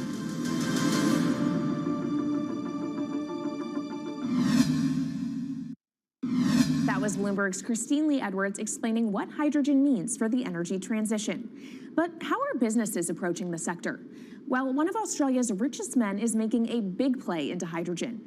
Andrew Forrest, better known as Twiggy, made his fortune from iron ore, being the chairman, former CEO, and major shareholder in Fortescue Metals, one of the world's biggest miners. But after having made over $10 billion in profit from the metal in the last fiscal year, Twiggy wants to transform Fortescue into a clean energy company. He's been scouring the planet in search of investment opportunities in hydrogen and renewables. The firm plans to allocate up to 10% of its annual profits for green energy investments and is exploring projects across the globe, from Indonesia to Argentina. Francine Lacqua caught up with Twiggy Forrest. There's only one type of clean hydrogen, all the rest is dirty. Yeah. That is green. If you just say green hydrogen is clean, the rest is dirty, then you've actually nailed it. And, you know, anyone else who produces any other rubbish, any other argument, just look them there and say, why is global warming accelerating if anything you're saying is true? And then you'll know, actually, it's greenwashing. Yeah, but there's a lot of greenwashing because I keep on being told it's a transition. We can't just, make the transition at a click of a finger. So what are we doing wrong? What can we do better? I don't remember the personal computer having to transition the typewriter. I really don't remember that. I don't remember the smartphone having to transition the pocket calculator and the old landline. You know, its transition line is complete rubbish. The lie got put to it 2 days ago when JCB, a really loved British company, every right for the country to be proud of JCB, and Fortescue, holding a bit of a similar reputation, fantastic track record, everyone's done super well from Fortescue, huge balance sheet, super strong. When those two companies got together and agreed a $7 to $9 billion agreement per annum, right, then that's a real wake-up call to say, hang on, green hydrogen is obviously commercial now. You know, every other form of fossil fuel hydrogen, you know, it can compete with it on price, it can probably lose on price, but what we know, it is cooking the planet. And only green hydrogen, zero methane, zero carbon in the supply chain. Don't worry about the molecules in the supply chain. But at the moment, we're not even phasing out coal, if you look at the G20 communique. So we have a long way to go to talk about only using green hydrogen. Yeah, so look, I have a call, which I'd like to make now, that the world should not fund any more coal-fired power stations, coal mining projects, ever. We should wind them down as quickly as possible because they are cooking the planet just like grey and blue hydrogen is cooking the planet. Yeah. You know, hydrogen, which is not made from renewable electricity, is releasing 10 to 16 times more carbon, let alone the methane, which is worse, than it is hydrogen. So we've just got to stop doing things which are self-harming under the guise of greenwashing. So why are leaders so slow? Even if you look at the appetite for ESG investments, they're growing exponentially, so are emissions. So where are we allocating capital? Okay, so take the recent G20. There's probably a reason why there wasn't strong action coming out of the G20 because people were not aware that major transactions between large companies were taking place now on green hydrogen, that actually this pollution-free all the way through the supply chain fuel was now being transacted at multi-billion-dollar scale. If they'd known that, I don't believe any sovereign leader or any energy minister or climate change minister could not take ultra seriously that green hydrogen is now here to stay. It's broken through. History has been made. It will never go back. Okay, what is the one thing that you would tell leaders today and business leaders? How do we transition faster than what we are now because we're at real risk of missing our targets? Oh, so that's really simple. You stop funding, you stop subsidizing, you stop using money into fossil fuels. It could be carbon sequestration, it could be fuel rebates, could be anything. Hundreds of billions of dollars getting ashed while we ash the planet on fossil fuel subsidies. Because we haven't had that renewable electricity, we haven't had that green hydrogen, we've kind of been pushed down. It's all sorts of excuses. Oh, it'll never be commercial, it'll never be supplied in the quantities we need it, you know, blah, blah, blah. Now we know, let's take action. It's practical, it's implementable, let's do it now. okay, if we do it now, is there going to be a shock to the energy system? Is there going to be a shock actually to economically? And is it worth, not talking about transition, just going from A to B? Yeah, it's a fantastic question. A to B is the solution. Let fossil fuels do what fossil fuels do. Just burn their coal, burn their oil, burn the gas. At least they're pumping up carbon and methane into the atmosphere, honestly. Well, not that honest, because they don't measure methane, which is 90 times worse than carbon. But at least the carbon is being done honestly. Encourage the green hydrogen sector to come in really fast. Okay, it's there. There's renewable power all over the world. We now know how to make electrolyzers much cheaper, like 25% of the original cost. We know how to do that now. We don't have an excuse to get into it. Does it need to be cheaper than oil and fossil fuel for it to be viable worldwide? Well, right now it is. Okay, so let's just swallow that bit of financial data. Right now it is cheaper, and it's getting more cheap. It's the only fuel you know Mr. Force, which is declining in value. You don't have enough of it, right, to power the world? Yes. That's only because we haven't had policies to support it. If we had policies to support it 5-10 years ago, it would be everywhere. You'd see the global warming budget start to come down. Yeah. Now, we've got 5 or 10 years to make a huge difference. I need policy leaders all over the world to appreciate now, okay, big business is transacting with green hydrogen in multi-billion-dollar agreements. We now know it's here and it's here to stay. Let's spread it everywhere. Coming up on the program, the hydrogen revolution. We'll speak with the CEO of Italian utility firm Snam about his new book and why he thinks green hydrogen will be competitive in just 5 years. Plus, how are airlines working to become more sustainable? We'll look at how Airbus plans to step up in the climate fight. This is Bloomberg Green.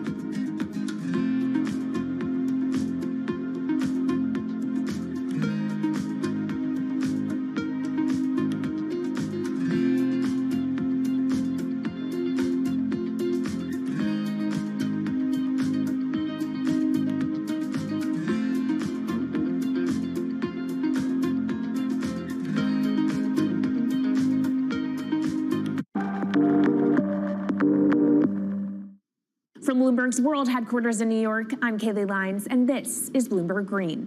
What will the world look like in 2050? Will global temperatures have stabilized, electric vehicles be abundant, and solar and wind power homes around the world? According to Marco Alvera, the CEO of Italian energy company Snam, that vision of the future could be a reality.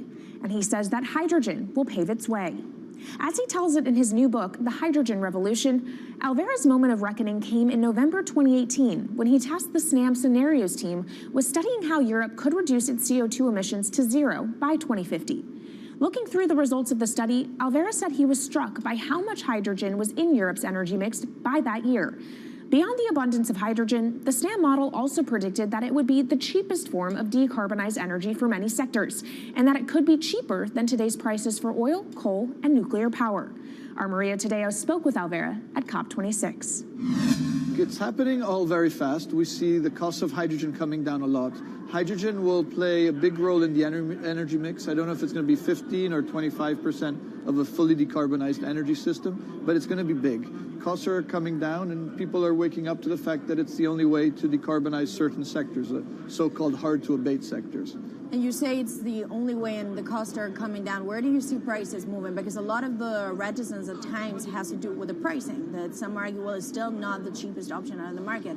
So when I was first working in hydrogen in 2004, it was costing $1,000 per megawatt hour. 2010, 600. Today, 100, and we see it going down to 50 in 5 years' time, and to going down to $25 per megawatt hour in the next 10 years or so, which is a quarter of where it is today. That's really because renewable energy, and we're talking green hydrogen here, renewable energy costs are falling, but the cost of making the electrolyzer, which is the kit that you use to convert solar or wind energy and water into hydrogen, the cost of this kit is falling a lot because it doesn't really exist on an industrial scale. So as we build up capacity, we industrialize it, we standardize it, and we squeeze costs out. That's really the cost trajectory. And for that, of course, you need demand, however, for governments and also institutions to kind of buy into this idea that it is the future and we want to invest and create infrastructure. What are they telling you? When you speak to governments, when you speak to officials, are they keen on this? They're very keen. So the Department of Energy shares our view in the States of getting to below $1 a kilo, which is $25 a megawatt hour. The European Union has a hydrogen strategy, which is very clear, and several member states have the same. Chile wants to export a lot of hydrogen. China's big on hydrogen. Australia is very big on hydrogen. Japan is blending already hydrogen. So I would say the world is now really focused on this because it's the only way to store energy for a long period of time economically is to convert it into either a liquid or a gas.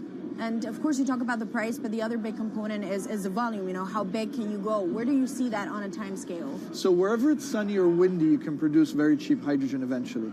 And so compared to oil and gas, which are concentrated in few parts of the world, it's going to be very democratic from that point of view. So every sunny place, every desert, every ocean wind can be turned into hydrogen that we can put on ships, in pipes, and really start trading it around the world. So it's going to happen a lot faster than a lot of people think. So, and when you say a lot faster, what is that in time? As I said, $50, which is essentially oil parity within 5 years. And then, depending on how quickly we ramp it up after that, we could get to $25, which is coal parity before the end of the decade. And in big scale. In big scale, because once you get to coal parity, that's the only way we're going to get China and India to stop burning new coal. We have businesses in China and in India, and I see a lot of hydrogen development, a lot of renewable development in both countries. The India announcement was incredibly strong on 2030. Some people were upset about the 2017 net zero deadline, but when it comes to 30, he announced a big commitment to get to 50% renewables. Were you surprised by it? I was surprised that they would make it so explicit, and even the net zero is a big thing for them. And so I think it will happen faster than 2070 because of the falling cost of renewable and hydrogen. India's burning 80 gigawatt of oil, of diesel, to keep the lights on. So there's an immediate opportunity there, and we're very interested in working that country. And with regards to China, perhaps the fact that we haven't really seen them active, I guess the diplomats are working on this, but we haven't really seen the leadership. It's going to be technology, it's going to be industry. I think China has committed to a net zero, which is very important. At the G20, China was clearly behind the 1.5 degrees. So I think a lot has been achieved between the G20 and COP, and I think what's really important is to see in the coming years how quick. It's in our hands to make part of this happen in 5 years, or it could otherwise happen in 15, 20 years. It's about building the project. The capital is there. We saw how many trillions of dollars are already committed. What's missing is really the projects, and that's where companies like us step in. Marco Alvera, CEO of SNAM there, speaking with our Maria Tadeo. Let's turn now to the aviation industry. It's a big contributor to global greenhouse gas emissions, and it's under pressure to change that. In October, the International Air Transport Association, a trade body representing airlines, approved a target of achieving net zero emissions by 2050. To achieve that, many airlines in the US and Europe are looking to buy sustainable aviation fuel made from renewable sources like used vegetable oil. Initiatives like these are pushing plane makers to come up with some radical new aircraft that will eventually cater to our growing appetite for travel without hurting the environment. We took a look at how Airbus, the world's #2 aircraft manufacturer, is stepping up to the challenge. How long until we can fly emission-free? Airbus says it's more confident by the day it can be done by its 2035 target. Airbus's CEO spoke about its ambitions for hydrogen-powered planes at the company's summit in France. The physics works. Hydrogen technologies are not new. They are used in other sectors. We use them in space on our rockets, and we don't need the laws of physics to change to be able to use hydrogen on our planes. So every day we become more confident, but we think we need to have a plane, we need to have the right fuels, the hydrogen available in the right quantity at the right place at the right time, and we need the regulations to be ready. So we really need the work and the collaboration of many people around the globe to make it happen on time. But it could be a long wait until green passenger jets go mainstream. Larger aircraft with more than 150 seats are not expected to feature globally until about 2050. That means manufacturers and airlines today are under growing pressure to ramp up short-term innovations to cut their carbon. In the long term, meeting the ambitious plans for so-called green hydrogen means building a giant industry almost from scratch. To make that happen, British airline EasyJet is among those saying governments need to get involved and fast.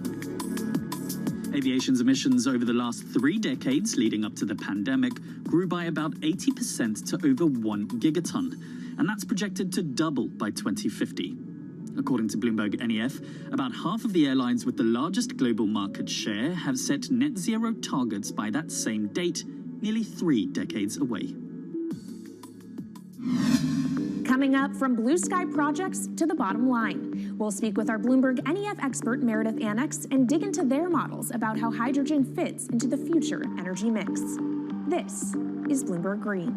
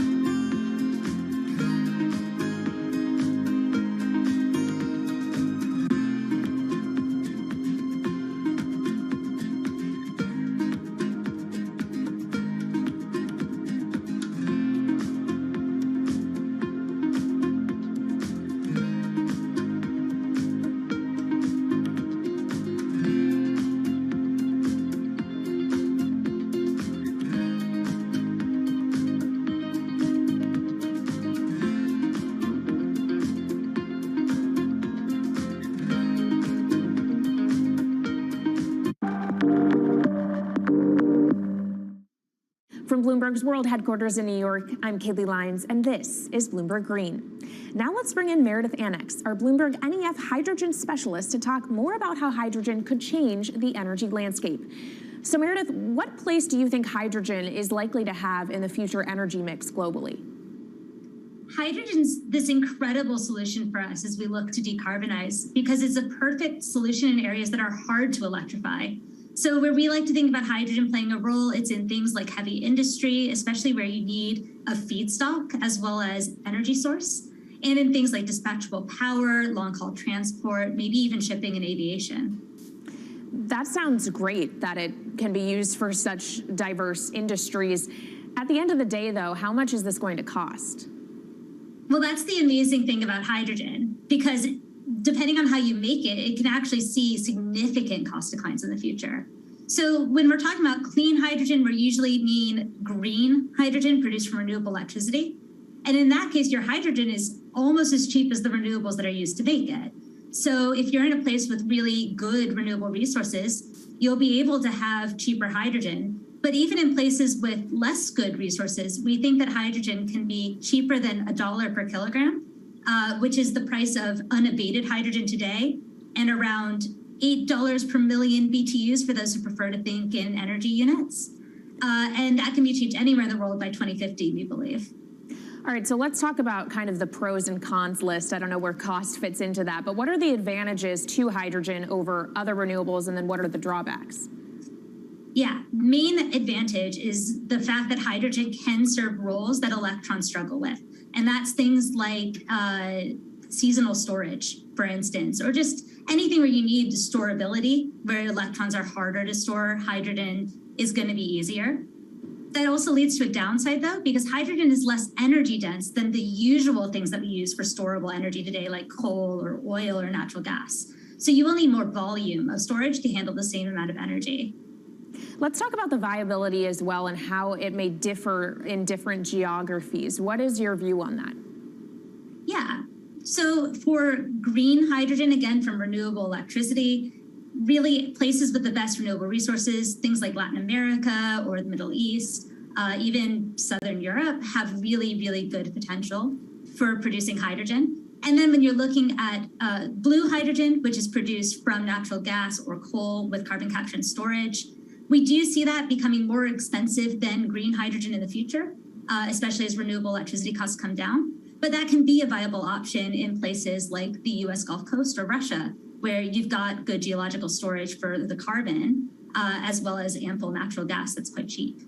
All right, great breakdown. Thank you so much to our Meredith Annex, our Bloomberg NEF hydrogen specialist. And of course, you can get more from the Bloomberg NEF team on the terminal and online. And they've recently done a podcast called Hydrogen 101 as part of its Switched On series.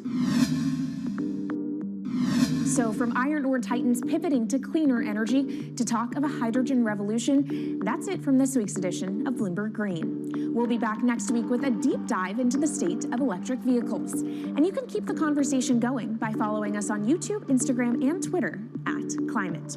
I'm Kaylee Lyons from Bloomberg's world headquarters in New York, and this is Bloomberg Green.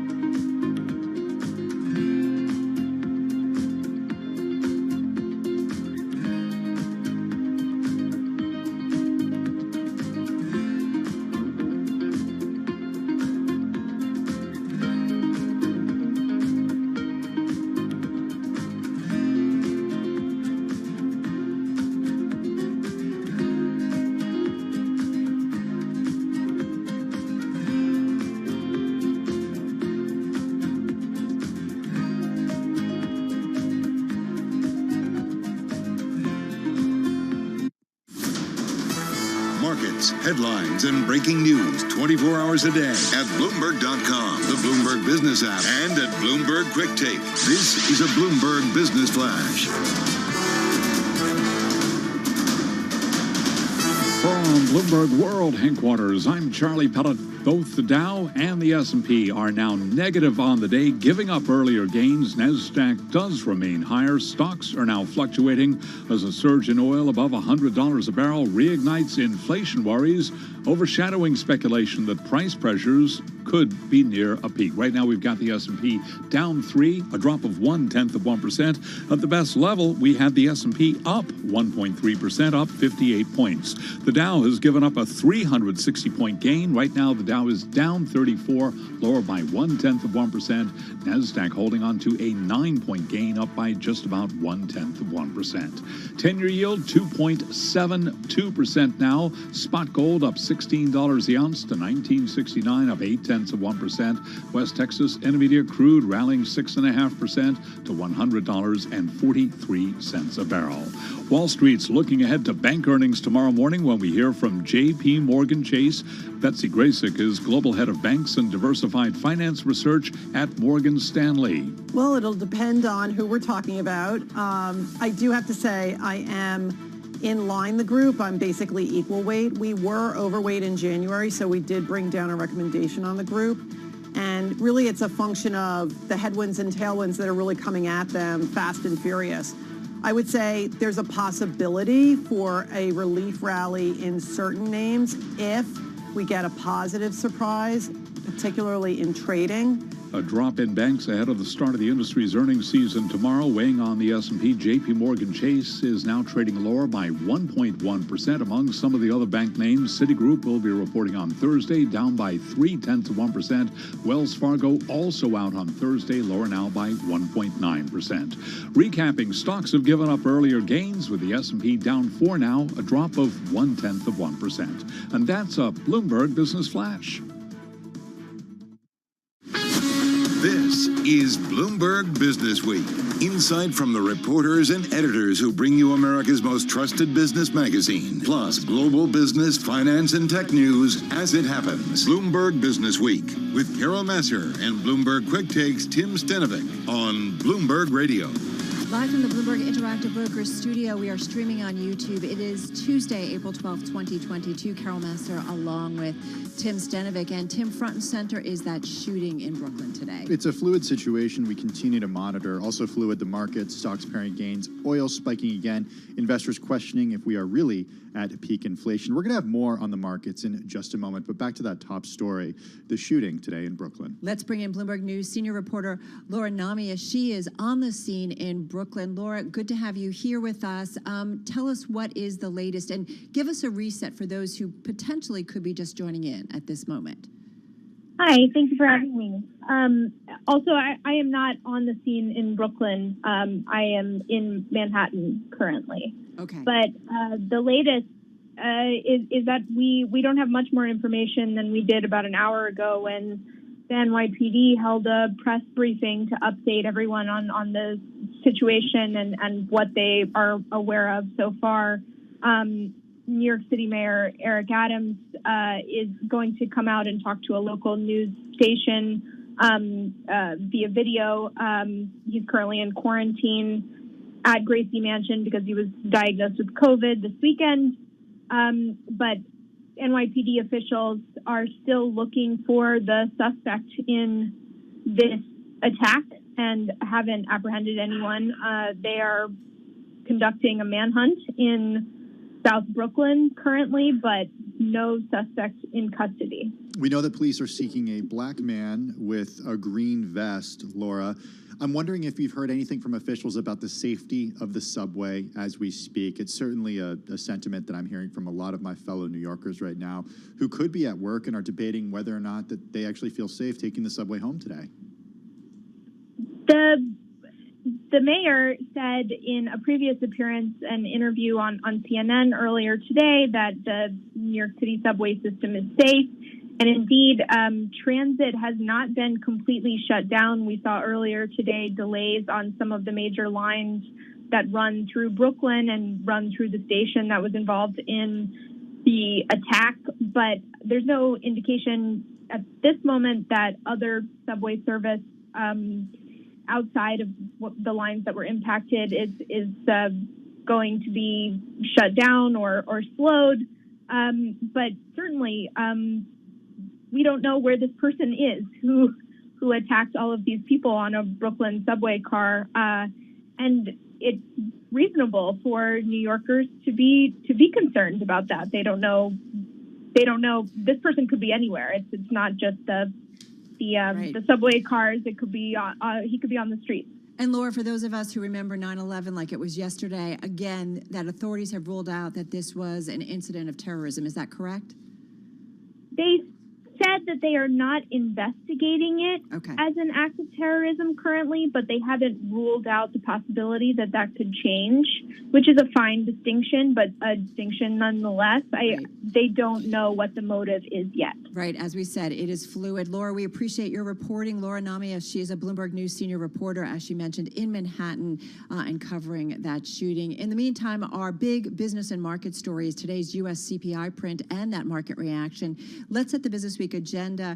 And joining us to do that is our own Abigail Doolittle. She follows the markets for us. And on the economic side of the story is Bloomberg Economics Chief U.S. economist Anna Wong. But Abigail, let's kick it off with you because I'm watching stocks just bouncing off their lows of this session. Initially, there was a lot of optimism. Yeah, this is sort of interesting, Carol. Just because scratched my head over a little bit. Yeah, me too. And I'm trying to figure out what's going on here. The S&P 500 at session highs had been up more than 1% at that point, on pace for its best day in quite some time. And I think a piece of that was that the CPI number, while the highest in decades, wasn't, a blowout number suggesting that inflation is even more runaway than people think. And core was a little bit weaker. A little bit weaker, yeah, just looking at that right now. And I know that our other guest is going to speak to that more specifically. So on that, you had yields come in, which of course gives stocks a little bit of relief, especially tech stocks. We saw that in a big way earlier. But now we have some fluctuation.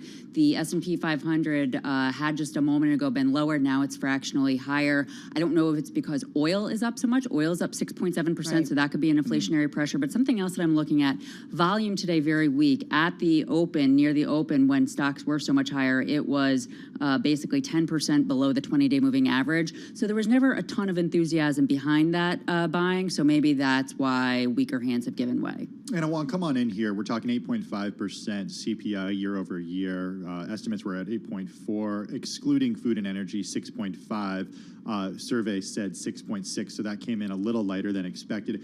Have we reached peak inflation? Is this the peak?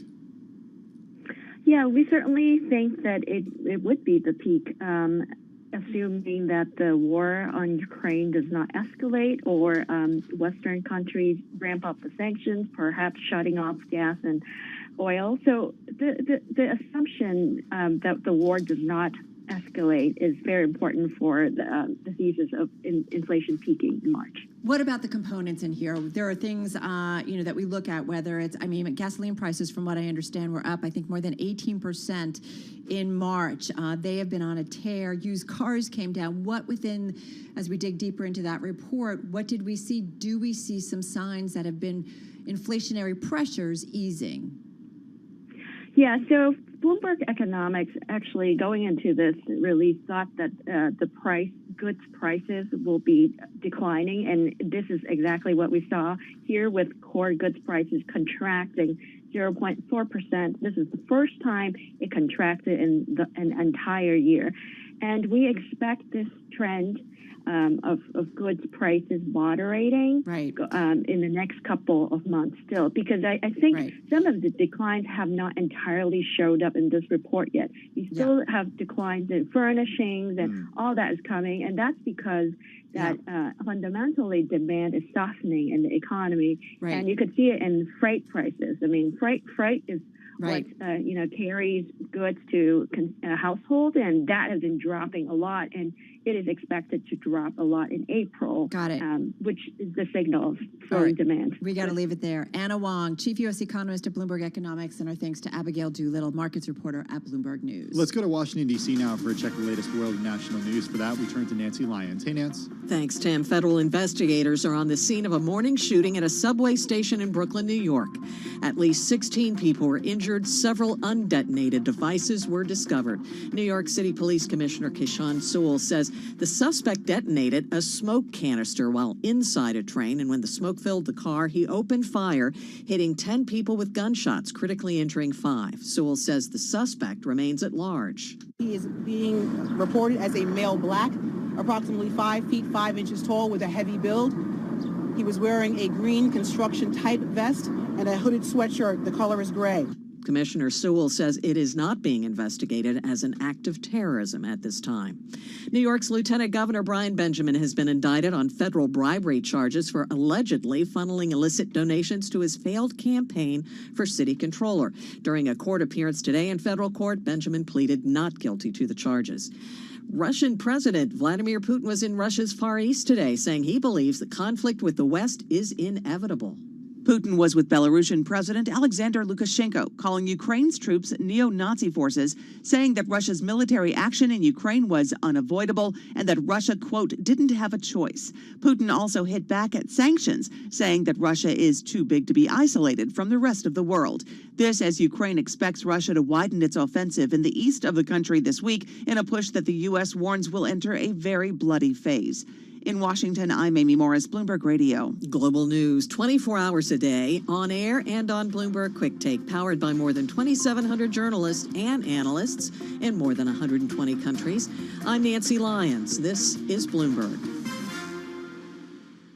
All right, Nancy, thank you so much. Carol Massar along with Tim Stenovec. We are live on Bloomberg Radio on Bloomberg Business Week from New York City. And we did hear Nancy talk a little bit about some of the news out of Russia and Ukraine, and we've got a story by our Blake Schmidt on the terminal that says while many Russian tycoons were scrambling to shift their assets and move their super yachts in the wake of Western sanctions, the country's richest man, the richest man, Vladimir Potanin, was doing all that and more. Yeah, Potanin's Interos capital, it redomiciled to Russia from Cyprus in December, agreed on Monday to buy Societe Generale entire stake in Rosbank. It's an asset that Potanin knows well. He and fellow billionaire Mikhail Prokhorov previously owned the bank, hired some of its executives, and had planned to take it public in the mid-2000s until SocGen took a 10% position.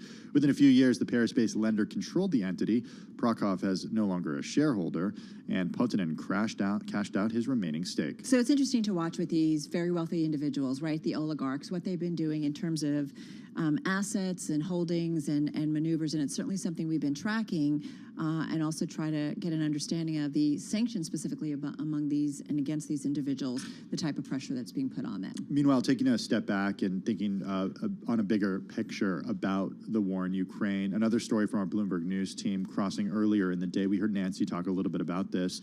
President Vladimir Putin saying that peace talks with Ukraine are at a dead end, vowing to continue Russia's invasion as Kyiv accused Moscow of sabotaging the negotiations. Well, and this is something, it's interesting in terms of observers saying that this is a war that could end sooner rather than later, or it could go on for months or even years.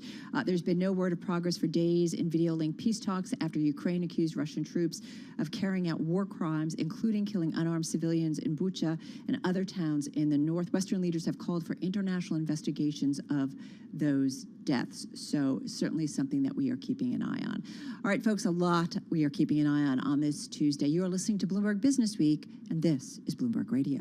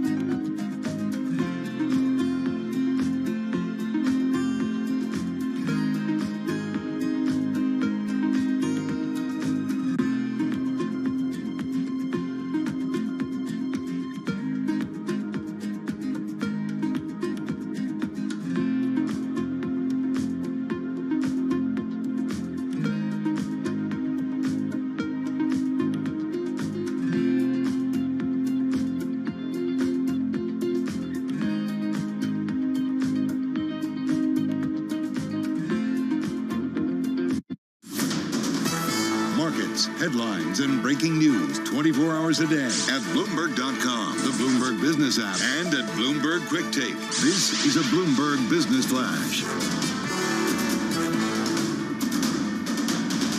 From Bloomberg World Headquarters, I'm Charlie Pellet. The Dow, the S&P, NASDAQ 100 index all lower. Right now, we've got NASDAQ down 24 points, down 0.2%. At one point during today's trading, NASDAQ have been up 273 points, up by 2%. But right now, the NASDAQ Composite Index showing a loss of 0.2%.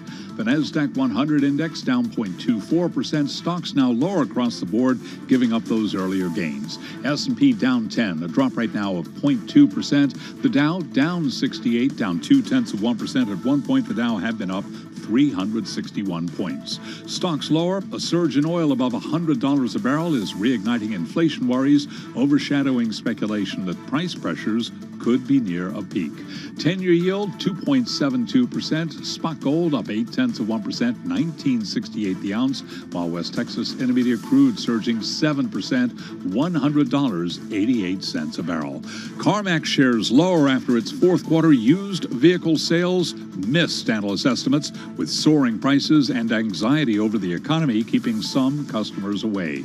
Right now, CarMax shares are down 8.4%. Recapping, S&P down 11, down 0.3. I'm Charlie Pellet. That is a Bloomberg Business Flash. All right, Charlie, thank you so much. Our next guest is back in New York City for a global debut ahead of the New York Auto Show. It's been a while, although he was on air with us just in December. Here back with what's going on and just talk about some of the big macro stories that are going on in the world, but also in the luxury auto industry, is Stefan Winkelmann. He is chairman and CEO of Lamborghini, and he's with us in our interactive broker studio right here in New York City. How are you? I'm very good, thank you. I say lightly. There is so much going on in the world, and I am always curious, Tim and I are, when it comes to whether it's luxury automobiles or the luxury space in general, how it impacts your buyers, whether it's the war in Ukraine, whether it's supply chain constraints, volatility in the financial markets. We had a crazy first quarter. What jumps out? I can tell you that since 2.5 years, we are in crisis mode, more or less. The pandemic, then the chip shortage, now the war in Ukraine. What I can tell you, and which is for us very surprising, that already in the second part of 2020, the market, our type of market, was coming back stronger than expected. And as we speak, we are selling every day more cars that we are able to produce. So we have an order bank which is longer than 1 year of waiting time. Is that typical? This is before, let's say, before 2020. So before the pandemic, it was between 6, 7, 8, maximum 9 months, depending on the model and on the launches. And now this is very good and healthy for a company like ours. But that the market came back so strong and so sudden, this was unexpected. The chip shortage for us, being part of the Volkswagen Group, was less an issue. We were lucky because we are a small manufacturer, so low volumes, high margins, so we got a priority line from the Volkswagen Group. And now the war in Ukraine, for sure, we put our operations on hold in Russia, so we stopped it. And we have an important supplier in the West Ukraine, so we had stop and goes and production for the Huracan, which is one of our models. But now we are, let's say, in a phase where we have 5-6 days of view of what is happening, and we are not losing any production at timing. So this is for us pretty okay. Then it's clear, stock market. Did anything slow down in that first quarter because of the volatility? No, as we speak, I have to tell you, and I'm unable to make let's say a forecast for the year 2022. But as we speak, there is no slowing down on the request for our cars, and this is very positive. We have also to say that there are more people with money at their disposal in comparison to a decade ago. So the wealth is increasing, and they're more benefiting from it. We have a very young customer base. They're very proud of owning a Lamborghini. We have to keep the promise of always delivering dream cars. This is paramount for the success. Because of inflationary pressures, the supply chain you mentioned, the chip shortage, labor Connection costs, lost. all the inflationary pressures that we see happening around the world right now, how much have you had to raise prices? But so far, we have not, let's say, transferred the cost of the material costs, raw materials to customers. We have a price increase between 1% and 2%. Which is not something which is unusual. Why haven't you passed that along? If the consumer is willing to wait for a year for a Lamborghini, I'd say you'd have some leverage. They're probably willing to pay more, 5 to 10% more for that vehicle. Let's say if this is going to continue, if there is a further increase on the materials, certainly we will be forced to do so. At time being, we have it under control, and I'm happy to say so. But for the future, as I said, that it's very difficult to make a forecast. The future, so the new models, they will have a higher material cost due to hybridization, so batteries and combustion engines together. So there will be a slight price increase, but only due to that. How is the supply chain at all, though, impacting your rollout this year, right? You've got a bunch of new models coming. Is any of that being impacted? No, at time being not. It's clear that it's early to speak about the new geopolitical situation, because today we are not in the new normal, so we have to wait until the conflict is over and what is going to happen. For sure, we are acting global, so we are a company which is only good when we are able to sell worldwide. So we have high investments, low volume, so we cannot flood one market and think that this is the idea of the future. So we have to act global. On the other hand, acting global means also that our supply chain, we cannot just say that we stay in one country. So we will see how this is going to happen. Also, the pandemic with all the logistic chain was messed up, and it took a lot of time to go back to normal. So we have to see how this is going to be once there is a new normal in place. So, you did suspend sales to Russia, correct? How much of an impact is that for you guys? But luckily, we can divert the production or the order bank or the cars which we are going to produce or we wanted to produce for Russia into other markets. So we have no losses, and due to the fact that we have this long order bank, we don't have a negative impact. Will you stay out of Russia?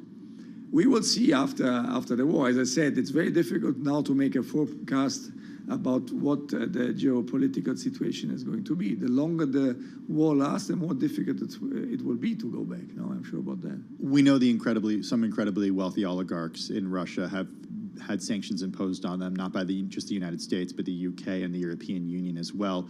If they were to approach you in another country to buy a vehicle, would you sell them a vehicle? But we have a list, a blacklist of people, and this is part of the business we had also before, and there are some of these guys on the list, and we will not sell them cars. Have you been approached? But not to my knowledge, but we have our dealers, our partners worldwide, so at time being, I don't see that there is anybody. All right, the hard part's over. Well, or not. I got one more question. It's similar to what Carol was asking. You know, right now you've suspended vehicle sales in Russia. What would have to happen for you to start vehicle sales in Russia up again? Frankly speaking, I don't know, because once the war is going to be over, there will be a new situation, and we have to see how the European Union, because we are part of the European Union, is going to react in terms of sanctions, and we will be aligned on what the government is going to tell us. But does it make you nervous because it does feel like it's a new Russia right now?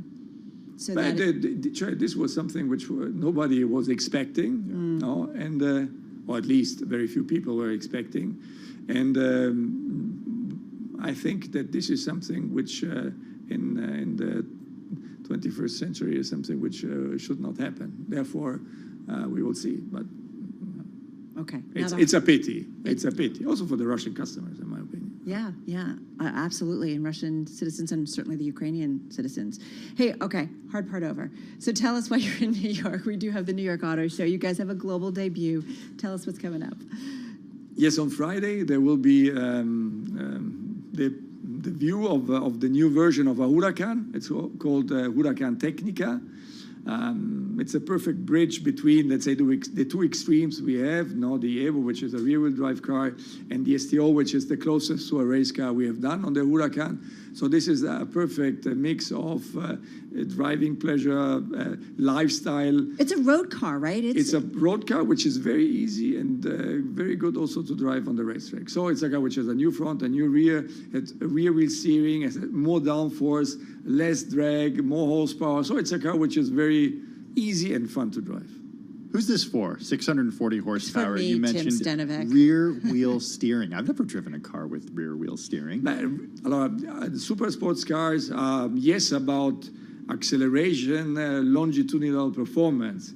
But this is something which, in my opinion, is a given. It's much more about the lateral acceleration, how you get into the corner, out of the corner, the weight-to-power ratio, the braking, so the handling, in one word, which is part of how we define performance. And therefore, the rear-wheel steering is enabling you in different types of speed to be more performing.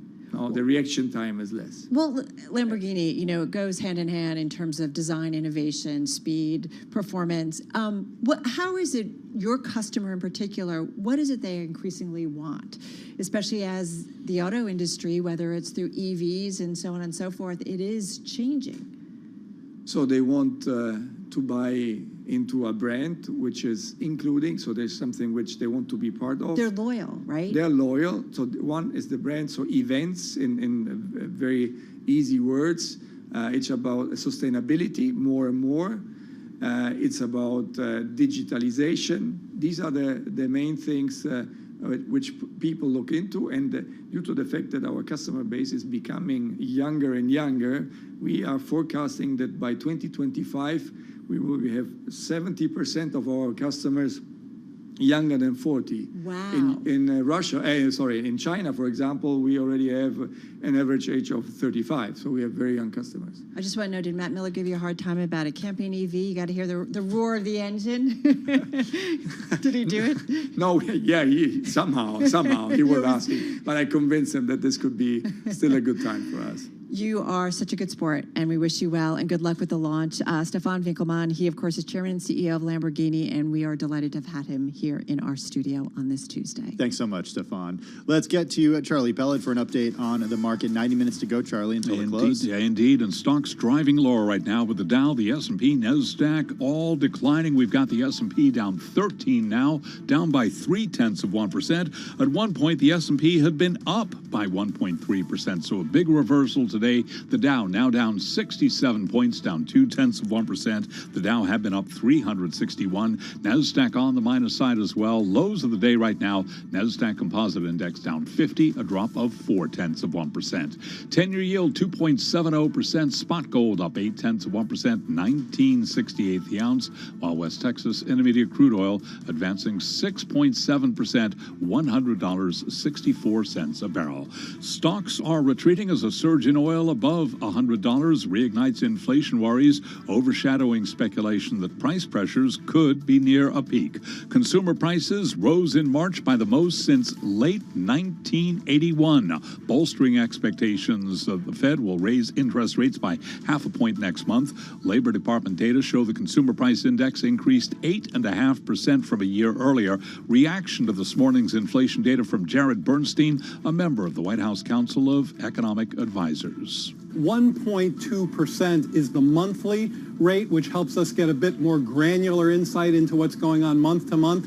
A full 70% of that increase is due to energy costs. 63% of that increase is due to gas alone. In other words, this is a CPI print very much with the fingerprints of Putin's unprovoked invasion of Ukraine and its impact on commodity prices. American Airlines Group said first quarter revenue was likely down 16% from before the pandemic. American set to report full quarterly results on April 21st. American Airlines shares are lower right now. We do have shares of American down 0.4%, United down 0.1%, Delta up 0.3%, Southwest down by 0.5%, JetBlue up 0.6. I'm Charlie Pellet. That is a Bloomberg Business Flash. All right, Charlie, thank you so much. Carol Massar, Tim Stanovic, we are live in our Bloomberg Interactive Brokers studio. We are streaming on YouTube, and right now we want to go back to Brooklyn. Let's bring in Caleb Melby, who's on the scene in South Brooklyn right now. Caleb, I just want to start with what we know so far. What's the latest from the attack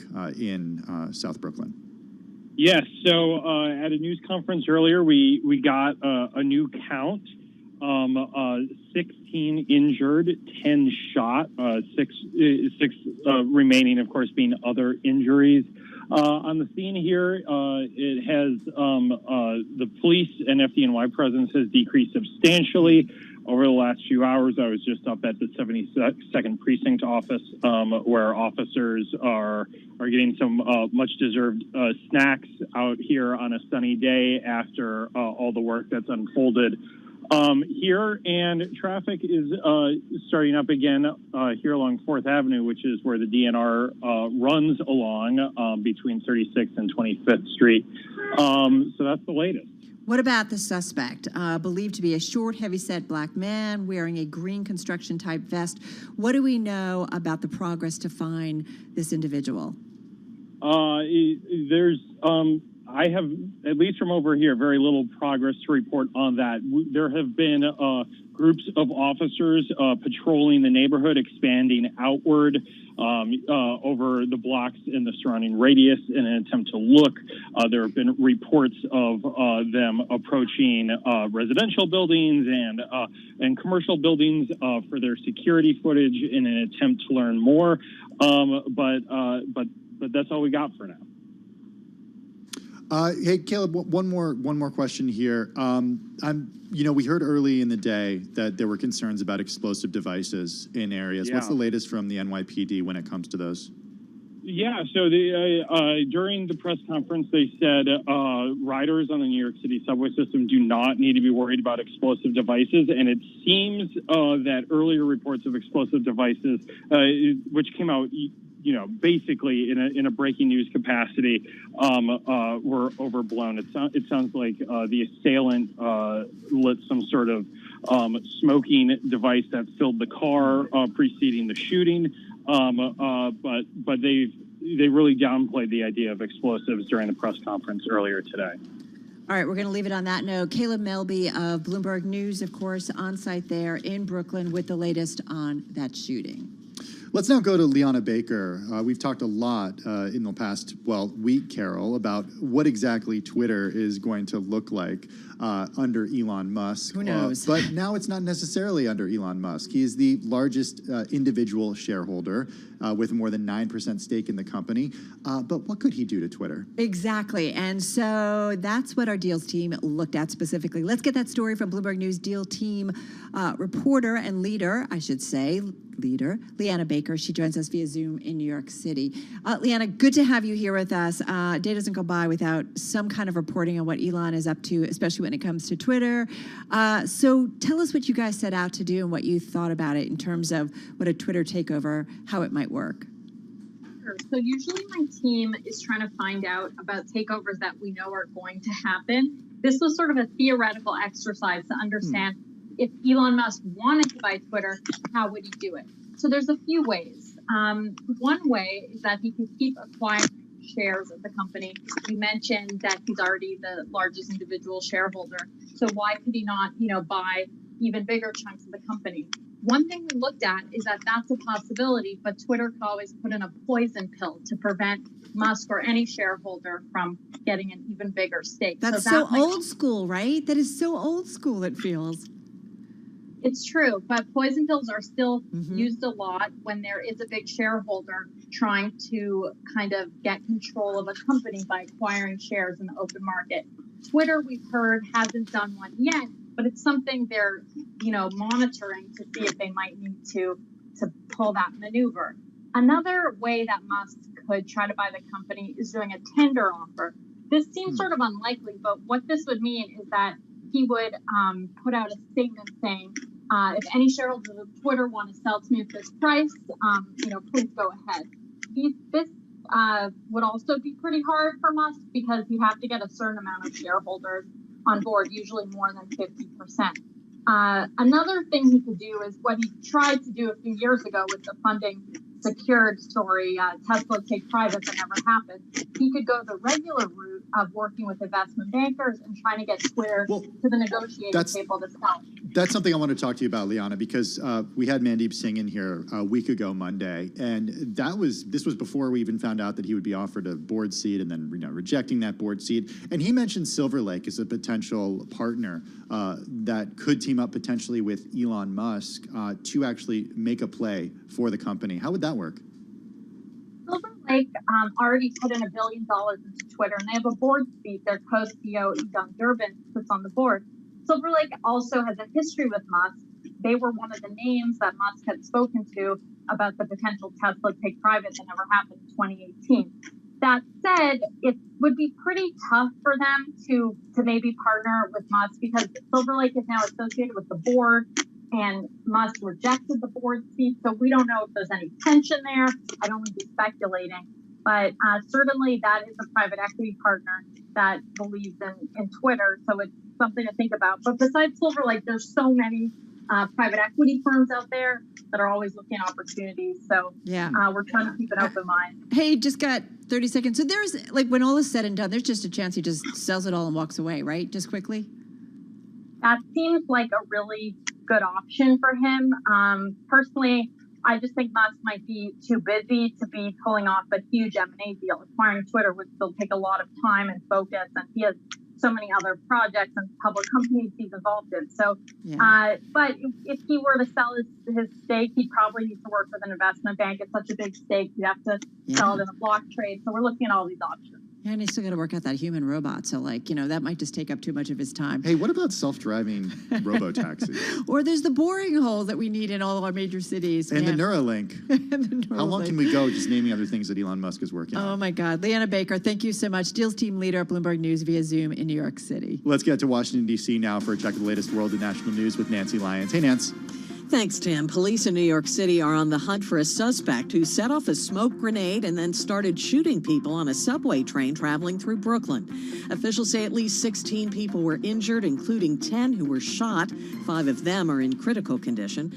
New York City Police Commissioner Keyshawn Sewell addressed questions about undetonated devices that were also found. There are currently no known explosive devices on our subway trains, and this is not being investigated as an act of terrorism at this time. Keyshawn Sewell describes the suspect as a black male last seen wearing a green construction vest and a gray sweatshirt.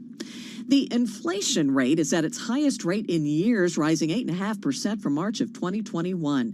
Bloomberg's Irv Chapman has more on the Biden administration's reaction. White House economic advisor Jared Bernstein focused on the spike in energy costs in a Bloomberg interview. 1.2% is the monthly rate. 63% of that increase is due to gas alone. In other words, this is very much with the fingerprints of Putin's unprovoked invasion of Ukraine and its impact on commodity prices. Bernstein said the president's plan to expand sales of ethanol-blended gasoline could cut the cost at the pump by 10 cents a gallon, on top of continuing releases from the Strategic Petroleum Reserve. In Washington, Irv Chapman, Bloomberg Radio. Well, Russia's president is defending his country's invasion of Ukraine. Vladimir Putin today described the goals as noble. State media also reports Putin insisted he had no choice but to pursue what he describes as a special operation. Global news 24 hours a day, on air and on Bloomberg Quick Take, powered by more than 2,700 journalists and analysts in more than 120 countries. All right, Nance, thank you so much. You're listening to Bloomberg Business Week. Carol Masser along with Tim Stenovic. And, there's a lot of things that we are watching in terms of what's going on in the economy, for the health of it, the strains of it. And that includes a story on the Bloomberg that has to do with what's going on at airports. Something that I brought back on my first trip to an airport, Carol, was in June, I think, of 2021. It was the first one in more than a year.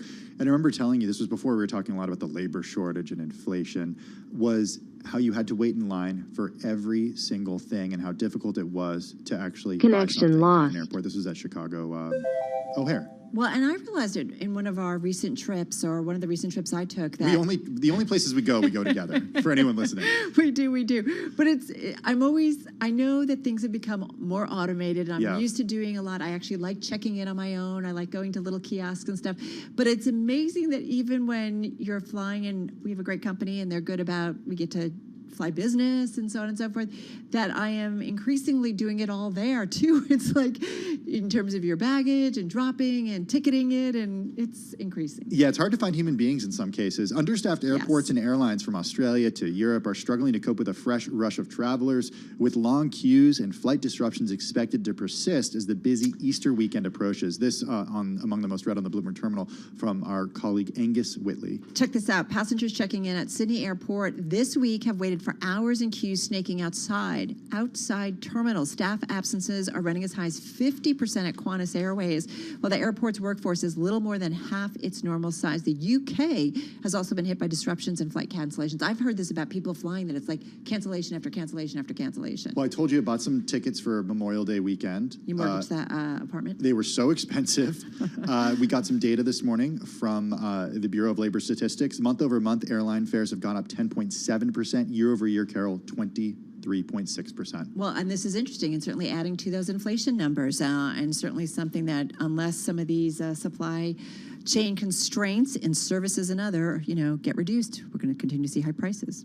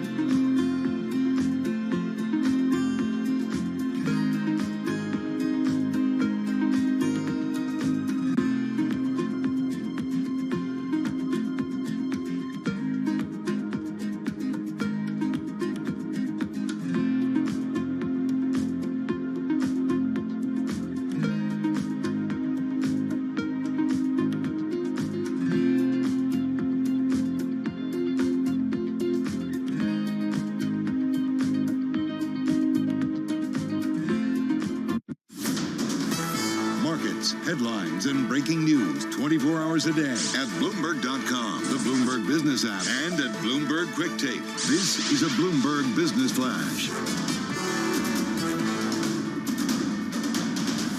From Bloomberg World Headquarters, I'm Charlie Pellet. The Dow, the S&P, NASDAQ very much in the red right now. Stocks have been higher for much of the day. At one point, we had the Dow up 361 points. Right now, the Dow looking at a loss of 41. S&P on the minus side, down 8, down 0.2%. The Dow, as I mentioned, lower by 0.2%. NASDAQ down 22, a drop right now also of 0.2%. Stocks are retreating as a surge in oil above $100 a barrel reignites inflation worries, while big banks are dropping ahead of the start of the financial earnings season. Tomorrow morning, J.P. Morgan Chase kicks things off bright and early. Shares of JPM right now, they are trading lower. J.P. Morgan Chase shares, they're down by 1%. Facebook is adding more offices in Manhattan. The Menlo Park, California-based company, now formerly known as Meta Platforms, is planning to take roughly 300,000 square feet of space at 770 Broadway. That's a property near Astor Place where it already has space. Again, Facebook shares, Meta, trading lower now, down by just about 0.8%. 10-year yield 2.72%. Spot gold up 0.7, 1966 the ounce. Crude, big move there today. West Texas Intermediate up 6.6%. $100.53 a barrel. I'm Charlie Pellet, and that is a Bloomberg Business Flash. All right, SPACs, heard of them? Yeah, I have. You don't hear about it as much in 2022 as you did in late 2020, early 2021. Not so hot. These special purpose acquisition companies continue to, though, very much be part of our market conversations. They're also part of the conversation when it comes to concerns that are on the radar of regulators. This story, Bloomberg Big Take, and it's also in the upcoming new issue of Bloomberg Business Week. The story by Noah Buhire and Matt Robinson. Noah is a finance reporter for Bloomberg News. He joins us on the phone from Seattle. Joel Weber is editor at Bloomberg Business Week. He's with us in the Bloomberg Interactive Brokers studio. Joel, what did your team, the team at Bloomberg Business Week, find when they crunched the data when it came to perhaps interesting activity in SPACs before a SPAC goes out and acquires a company? Well, in ongoing propaganda for return to office stories, This is another return to work story? Noah was in New York last week, and we rubbed shoulders, and he was like, "Hey, I'm working on this SPAC thing. You guys should take a look at it." And we looked at it, and we were like, "Oh, this is really interesting." So the way that SPAC works is there's something called a stock warrant that gets basically issued in advance of a SPAC happening, and it gives holders the right to buy shares at a specific price. And when Noah started digging into that data, he found some interesting stuff. Right, Noah? Yeah. As you mentioned, there are these warrants out there that are traded ahead of time, and they're interesting to look at because they're pretty volatile. They tend to spike on deal news. And the reason we even started poking around this is that several months ago there were some well-timed trades in the warrant of the SPAC that is merging with Donald Trump's media platform. And we know that regulators were poking around that one. So we asked the question, like, how common was this? There literally been hundreds of SPACs that have IPO'd in recent years and completed mergers. And so we started looking back through the data, and we're looking particularly for instances when the volume of warrant trading spiked in the days and weeks ahead of a merger announcement. Now, I should say that there are a lot of really benign reasons for that. A lot of these merger talks leak early in the press, which is a good reason for why trading would pick up. But a lot of the spikes in trading that we uncovered weren't so easily explained. And so the story was really about that. And as we started poking around, we realized that, we weren't the only ones who found this kind of activity interesting. We understand that the SEC and other regulators are examining trades ahead of these deal announcements to figure out if the trades were based at all on inside information. Well, and one of the, it looks like, inquiries by regulators includes DWAC, which I just love to say. And that is, of course... What was it again? DWAC. Wow. One more time? It's like walking into a door, or it happens to be a SPAC connected to former President Donald Trump. Tell us about that. Yeah, so what happened there is the warrants for that SPAC started trading freely. I believe it was late September of last year. Very shortly after they started trading, there was just a pronounced pop in the volume of those warrants. And then about 2-3 weeks later, the merger gets announced, and the value of those warrants just soars. I think they were, before the deal were under 50 cents a piece. They eventually climbed to more than $37 each. They've moderated some, but the potential was there for someone to make a very quick and hefty profit. Now, no one has alleged wrongdoing in that case. We don't know what the outcome of the SEC and FINRA's information request is going to be, but we know they are interested.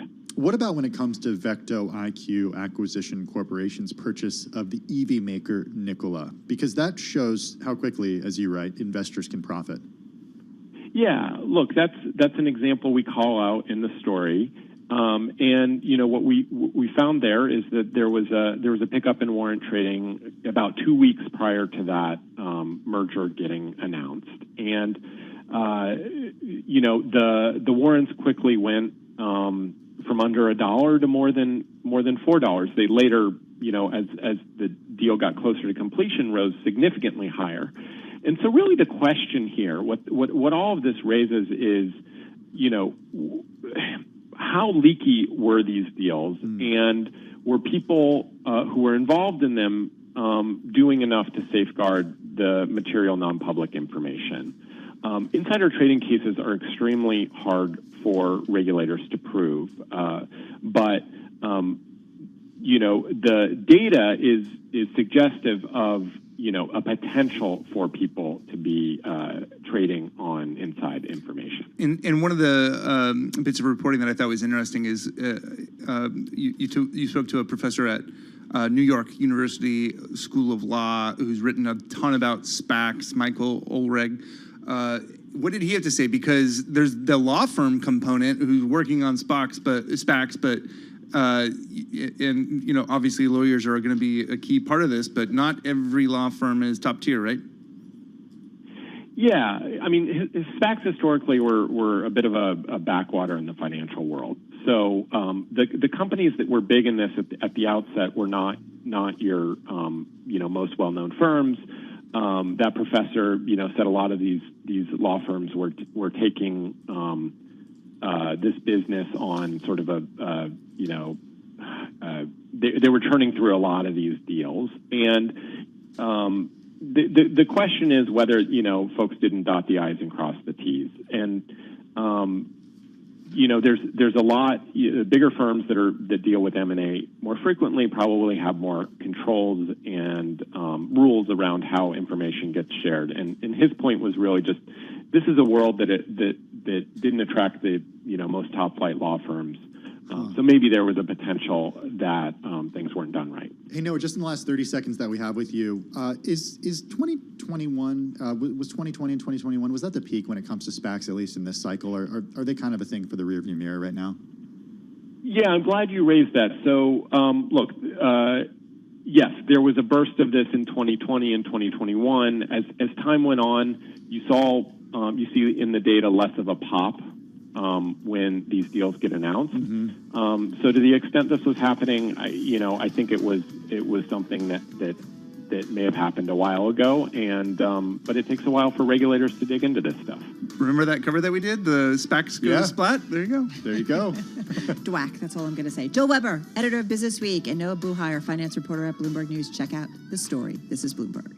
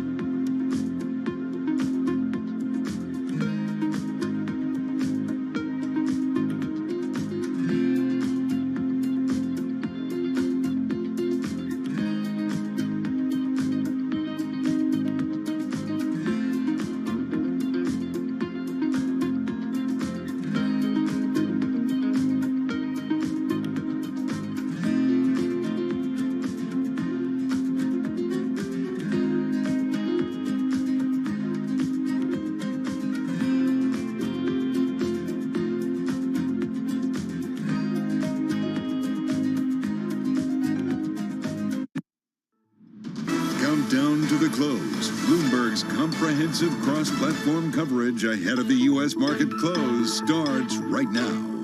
This is Countdown to the Close. We have just 60 minutes left in your trading session. It is Caroline Hyde and Romain Bostic, joined now by colleagues Carol Massa and Tim Stenovic. And of course, as always, we want to welcome our Bloomberg audiences across TV, radio, YouTube, in a time where we usually would dissect what stocks, what bonds, what assets are doing, how stocks in the benchmarks are currently on the downside. You see, of course, a little bit of red across your screen when you're looking at the S&P, at the NASDAQ, and indeed at the Dow, the Russell 2000 managing to break above green. We had seen earlier gains after an inflation print of 8.5%, but right here, right now, Carol, as we all sit here in the city of New York, we reel from a shooting incident in Brooklyn, one that has impact on Wall Street, has impact on the $1.7 trillion economy of New York City, and has impact on us as individuals. Absolutely. It's hard to deny. It certainly impacts our thoughts about the safety of the city, a city that we are in and out of and just kind of in many ways take for granted, but has obviously been impacted by the pandemic and then obviously impacted by this shooting in Brooklyn.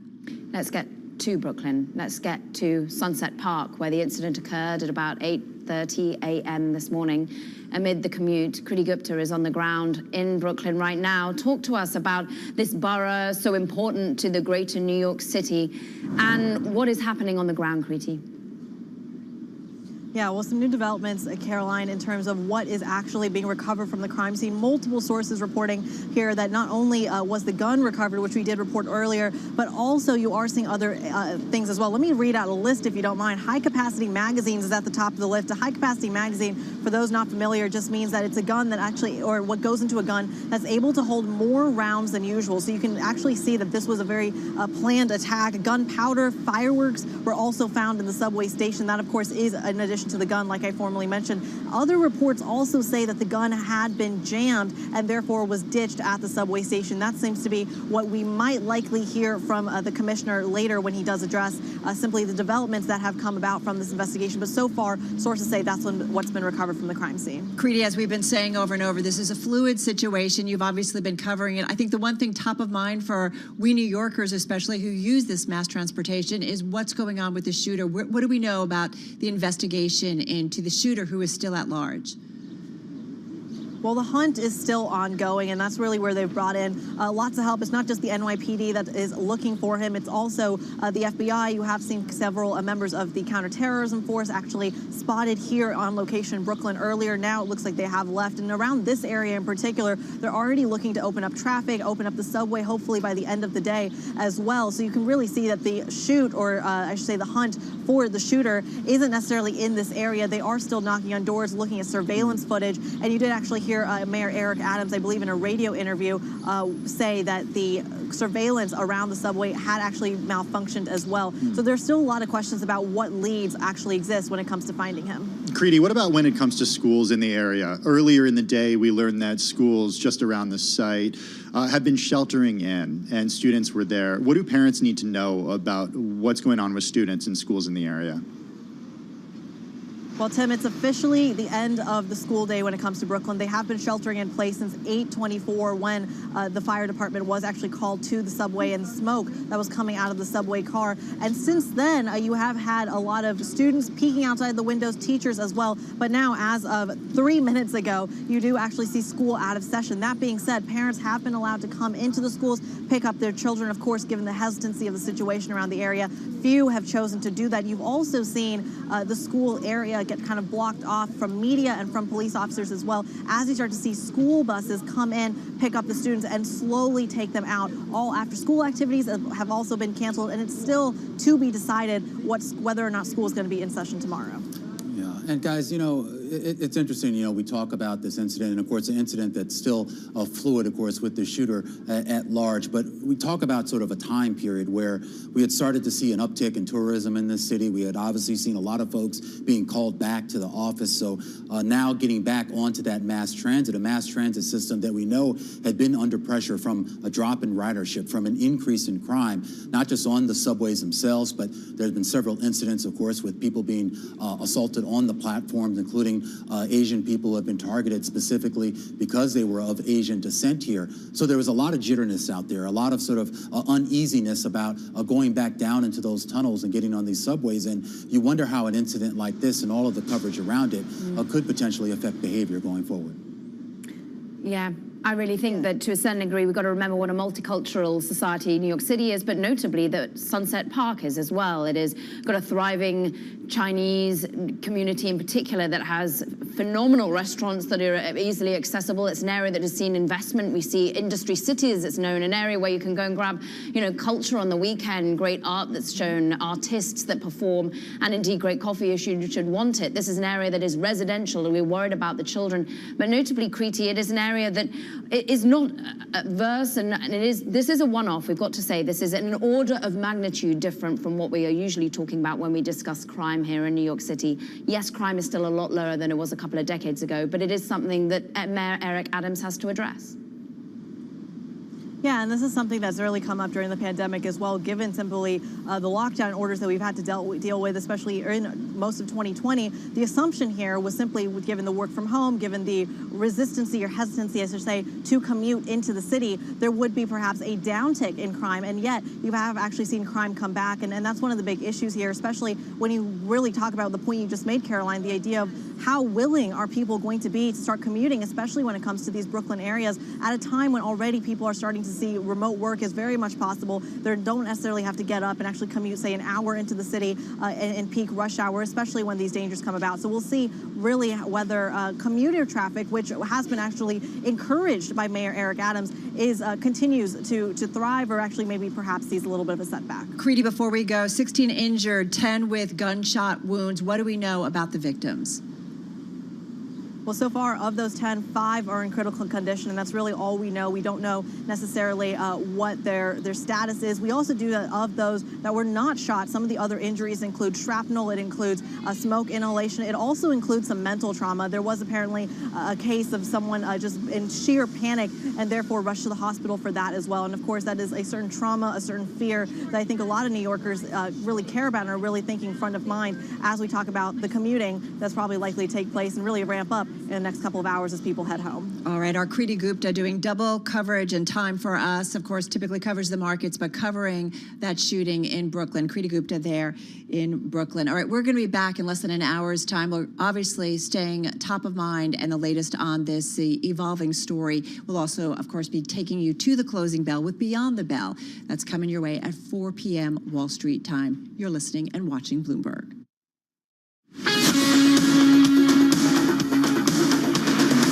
This is Bloomberg Business Week with Carol Masser and Bloomberg Quick Takes Tim Stenovic on Bloomberg Radio. I have to say, I have spent a long time in New York City, having gone to college here, worked here pretty much my whole professional life, Tim. You've been here since college, and you grew up not too far away. I mean, I don't want to date myself, but remember, there were times on the West Side you just wouldn't even venture, you wouldn't go uptown. I think about areas of Chelsea, and the city has increasingly over the last decade or so really just gotten better for so many New Yorkers. I'm not going to say for everyone, but we are a reminder that crime is a part of any major city, and I think to some extent we've gotten a little bit spoiled in something like this, especially when it comes to mass transportation, which we were all so used to using, especially pre-pandemic, that this is something that makes you stop and just think about it.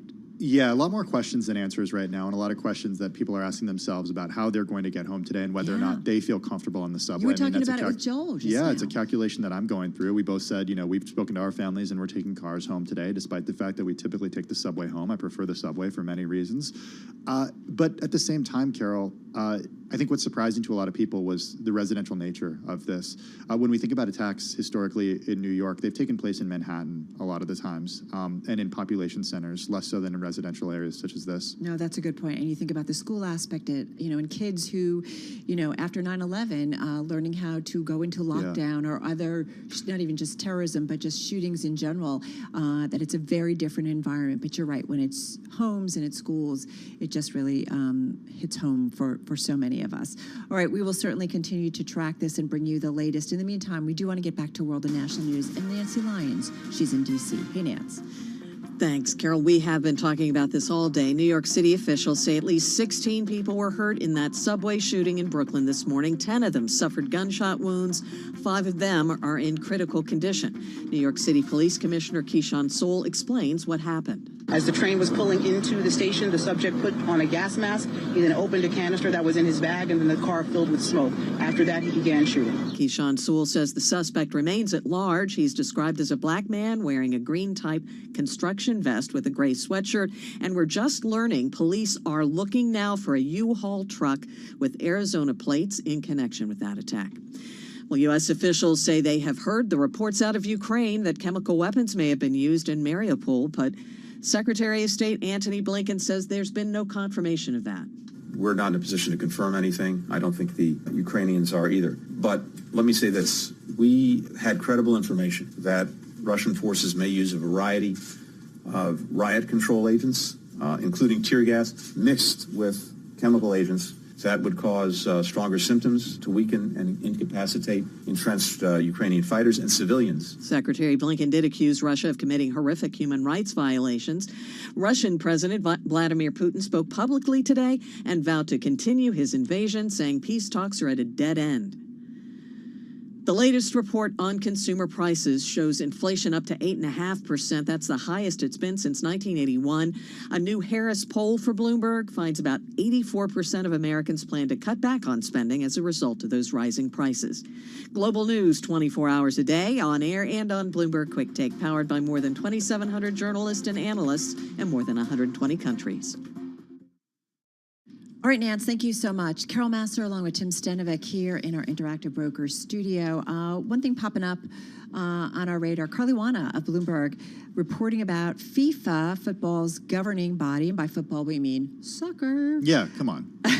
Come on. Launching a free streaming service featuring a mix of live matches, archive footage, and original content ahead of the 2022 World Cup in I will give Qatar. you one guess, Carol, as to what it's called. Kick? No. FIFA Live? FIFA Plus. FIFA Plus. Yeah, FIFA Plus. There's like everything. Originality. With like everything when it comes to a streaming Apple service, Plus, right? Disney Plus. Yeah, CNN Plus.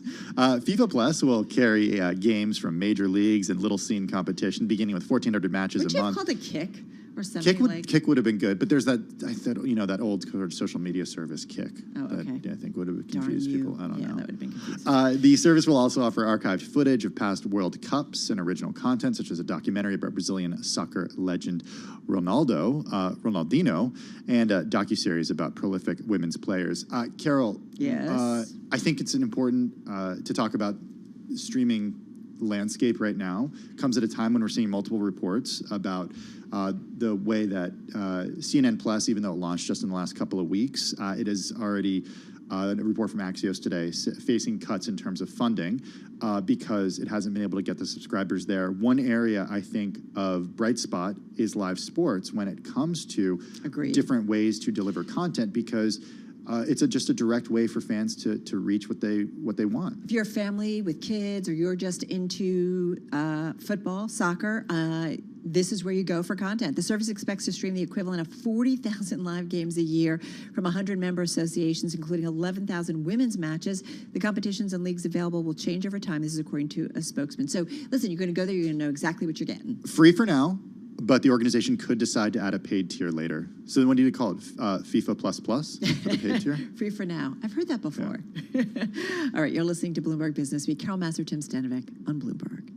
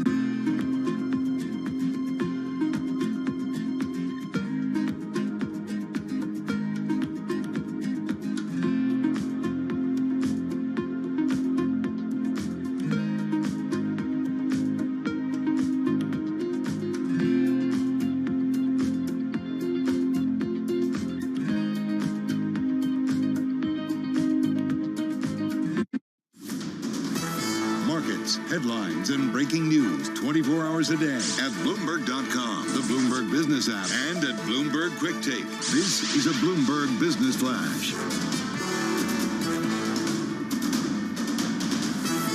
Bloomberg World Headquarters, I'm Charlie Pellet. Lows of the day for the Dow, the S&P, NASDAQ. We have got 43 minutes to go ahead of the closing bell. Let's get the stories we head right over to the First Word breaking news desk for today's afternoon call. Here he is, Bill Maloney.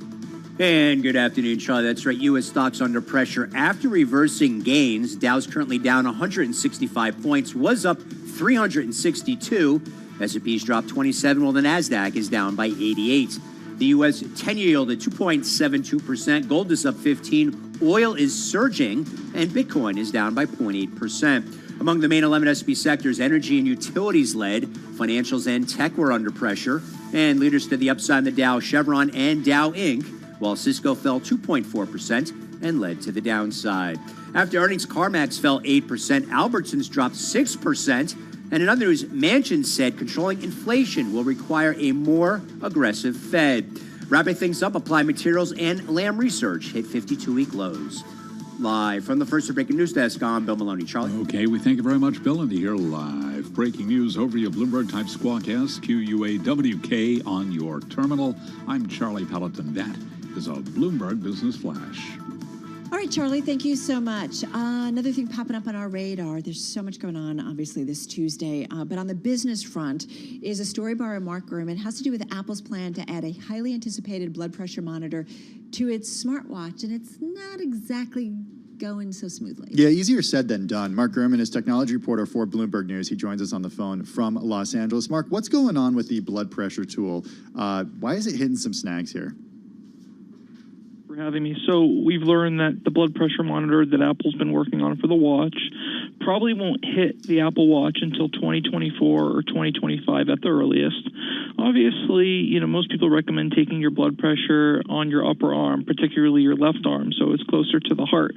What Apple's trying to do is get blood pressure technology to work on the wrist. That obviously is much more challenging. So in these initial versions, they won't show systolic and diastolic readings. It basically will be in the background or an app-based blood pressure checker, which will tell you, if you have higher than normal blood pressure, and it will basically say you should go consult a doctor or use a traditional blood pressure checker to check your actual numbers. Now, this would be a pretty cool feature because, not everyone takes their blood pressure regularly. Maybe some people want to take it from their wrist while they're out and about, just like they may want to take an ECG. And I think this would bring more health data to more people, and it'd actually be a pretty cool addition. And 2 years is not that far off. It's not that far off, but there are some challenges, as you mentioned. Is this going to make the Apple Watch an FDA-approved medical device? Because there are a lot of regulatory concerns when it comes to the definition of a medical device. Yeah, right now they have the ECG feature, electrocardiogram. They sort of implied that it's FDA approved. It's really not. It sort of has had, FDA review. The FDA has looked at it and, gave some sort of lower stamp of approval, but no real, FDA approval. They have been trying to get FDA approval on some other features such as oxygen saturation. I would imagine they get FDA approval on that because, the accuracy has been okay lately after some snags earlier. I don't imagine they're going to go for FDA approval on this blood pressure feature, especially because they're not going to be showing the actual readings on there. So I don't think they're going to find that necessary. I think that, most consumers do trust the Apple brand in terms of health. So I'm not sure what FDA approval would do for them. But obviously their ultimate goal is to have this wide-ranging health device with FDA approvals across the board. But I think that's several years away. God, I do think about Mark, like in the early days of the watch, right? And it was just like, wow, is that an Apple Watch? That's cool. Like, how do you use it? What do you do with it? And now Carol's wearing an Apple Watch, by the way. And it's an older one, and it's time for an update. But I do think about how it has become a much more useful tool, and I do think about how important this is to maybe potentially future growth for Apple, especially if you think about kind of the healthcare applications much more broadly. I think there is a lot of room for future growth for Apple. There's really three additional sensors you want in an Apple Watch, right? You want body temp, you want blood pressure, and you want blood sugar, right? You want to bring blood sugar for not only for diabetics, but for, the masses to understand blood sugar. You want blood pressure not only for people with hypertension, but, to bring the masses an understanding of, their blood pressure because it's a key health metric. Obviously, temperature is as well. The soonest one we'll get is body temp. That'll come this year. There's people who use body temperature to help measure, how fertile they are, right, for fertility purposes, for ovulation purposes, right? So we'll see that this year, and then eventually that'll get expanded to tell you whether or not you have a fever. We'll probably get the blood pressure 2 or 3 years from now, and then I think glucose is at least 5 to 7 years away. Mark, how is Apple? I think back to the Steve Jobs biography by Walter Isaacson. He spent some time with Steve Jobs at the end of his life more than a decade ago, and Steve Jobs talked about how healthcare was one area that Apple he thought could really thrive, or tech companies in general could really thrive. To what extent is Apple succeeding in that right now? I think if you look at the smartwatch market as a whole, Apple's the dominant player, and it's not particularly close. I think what they're trying to do is they're trying to bring health metrics that probably most people don't understand or most people don't really follow or track regularly, to bring it to something that people can get a sort of nice picture of on a daily basis. It's going to take a lot of time for them to provide that clear picture, but I think they're educating more people about the importance of health, the importance of some of these numbers, and if it senses there's something off, they're able to tell you with a notification. I also do wonder if there's a point where the healthcare community really weighs in and says, you know what, you got an Apple Watch, we're going to cover some of it because there's going to be monitoring, but we maybe want to tap into it. Is that something that could come down the road? There are a few insurance companies that are subsidizing the cost of an Apple Watch or are using it as part of their insurance plans. I haven't seen it from the biggest players in the insurance world. It's certainly not, quote unquote, a thing, right? It's not a major factor right now in the insurance world.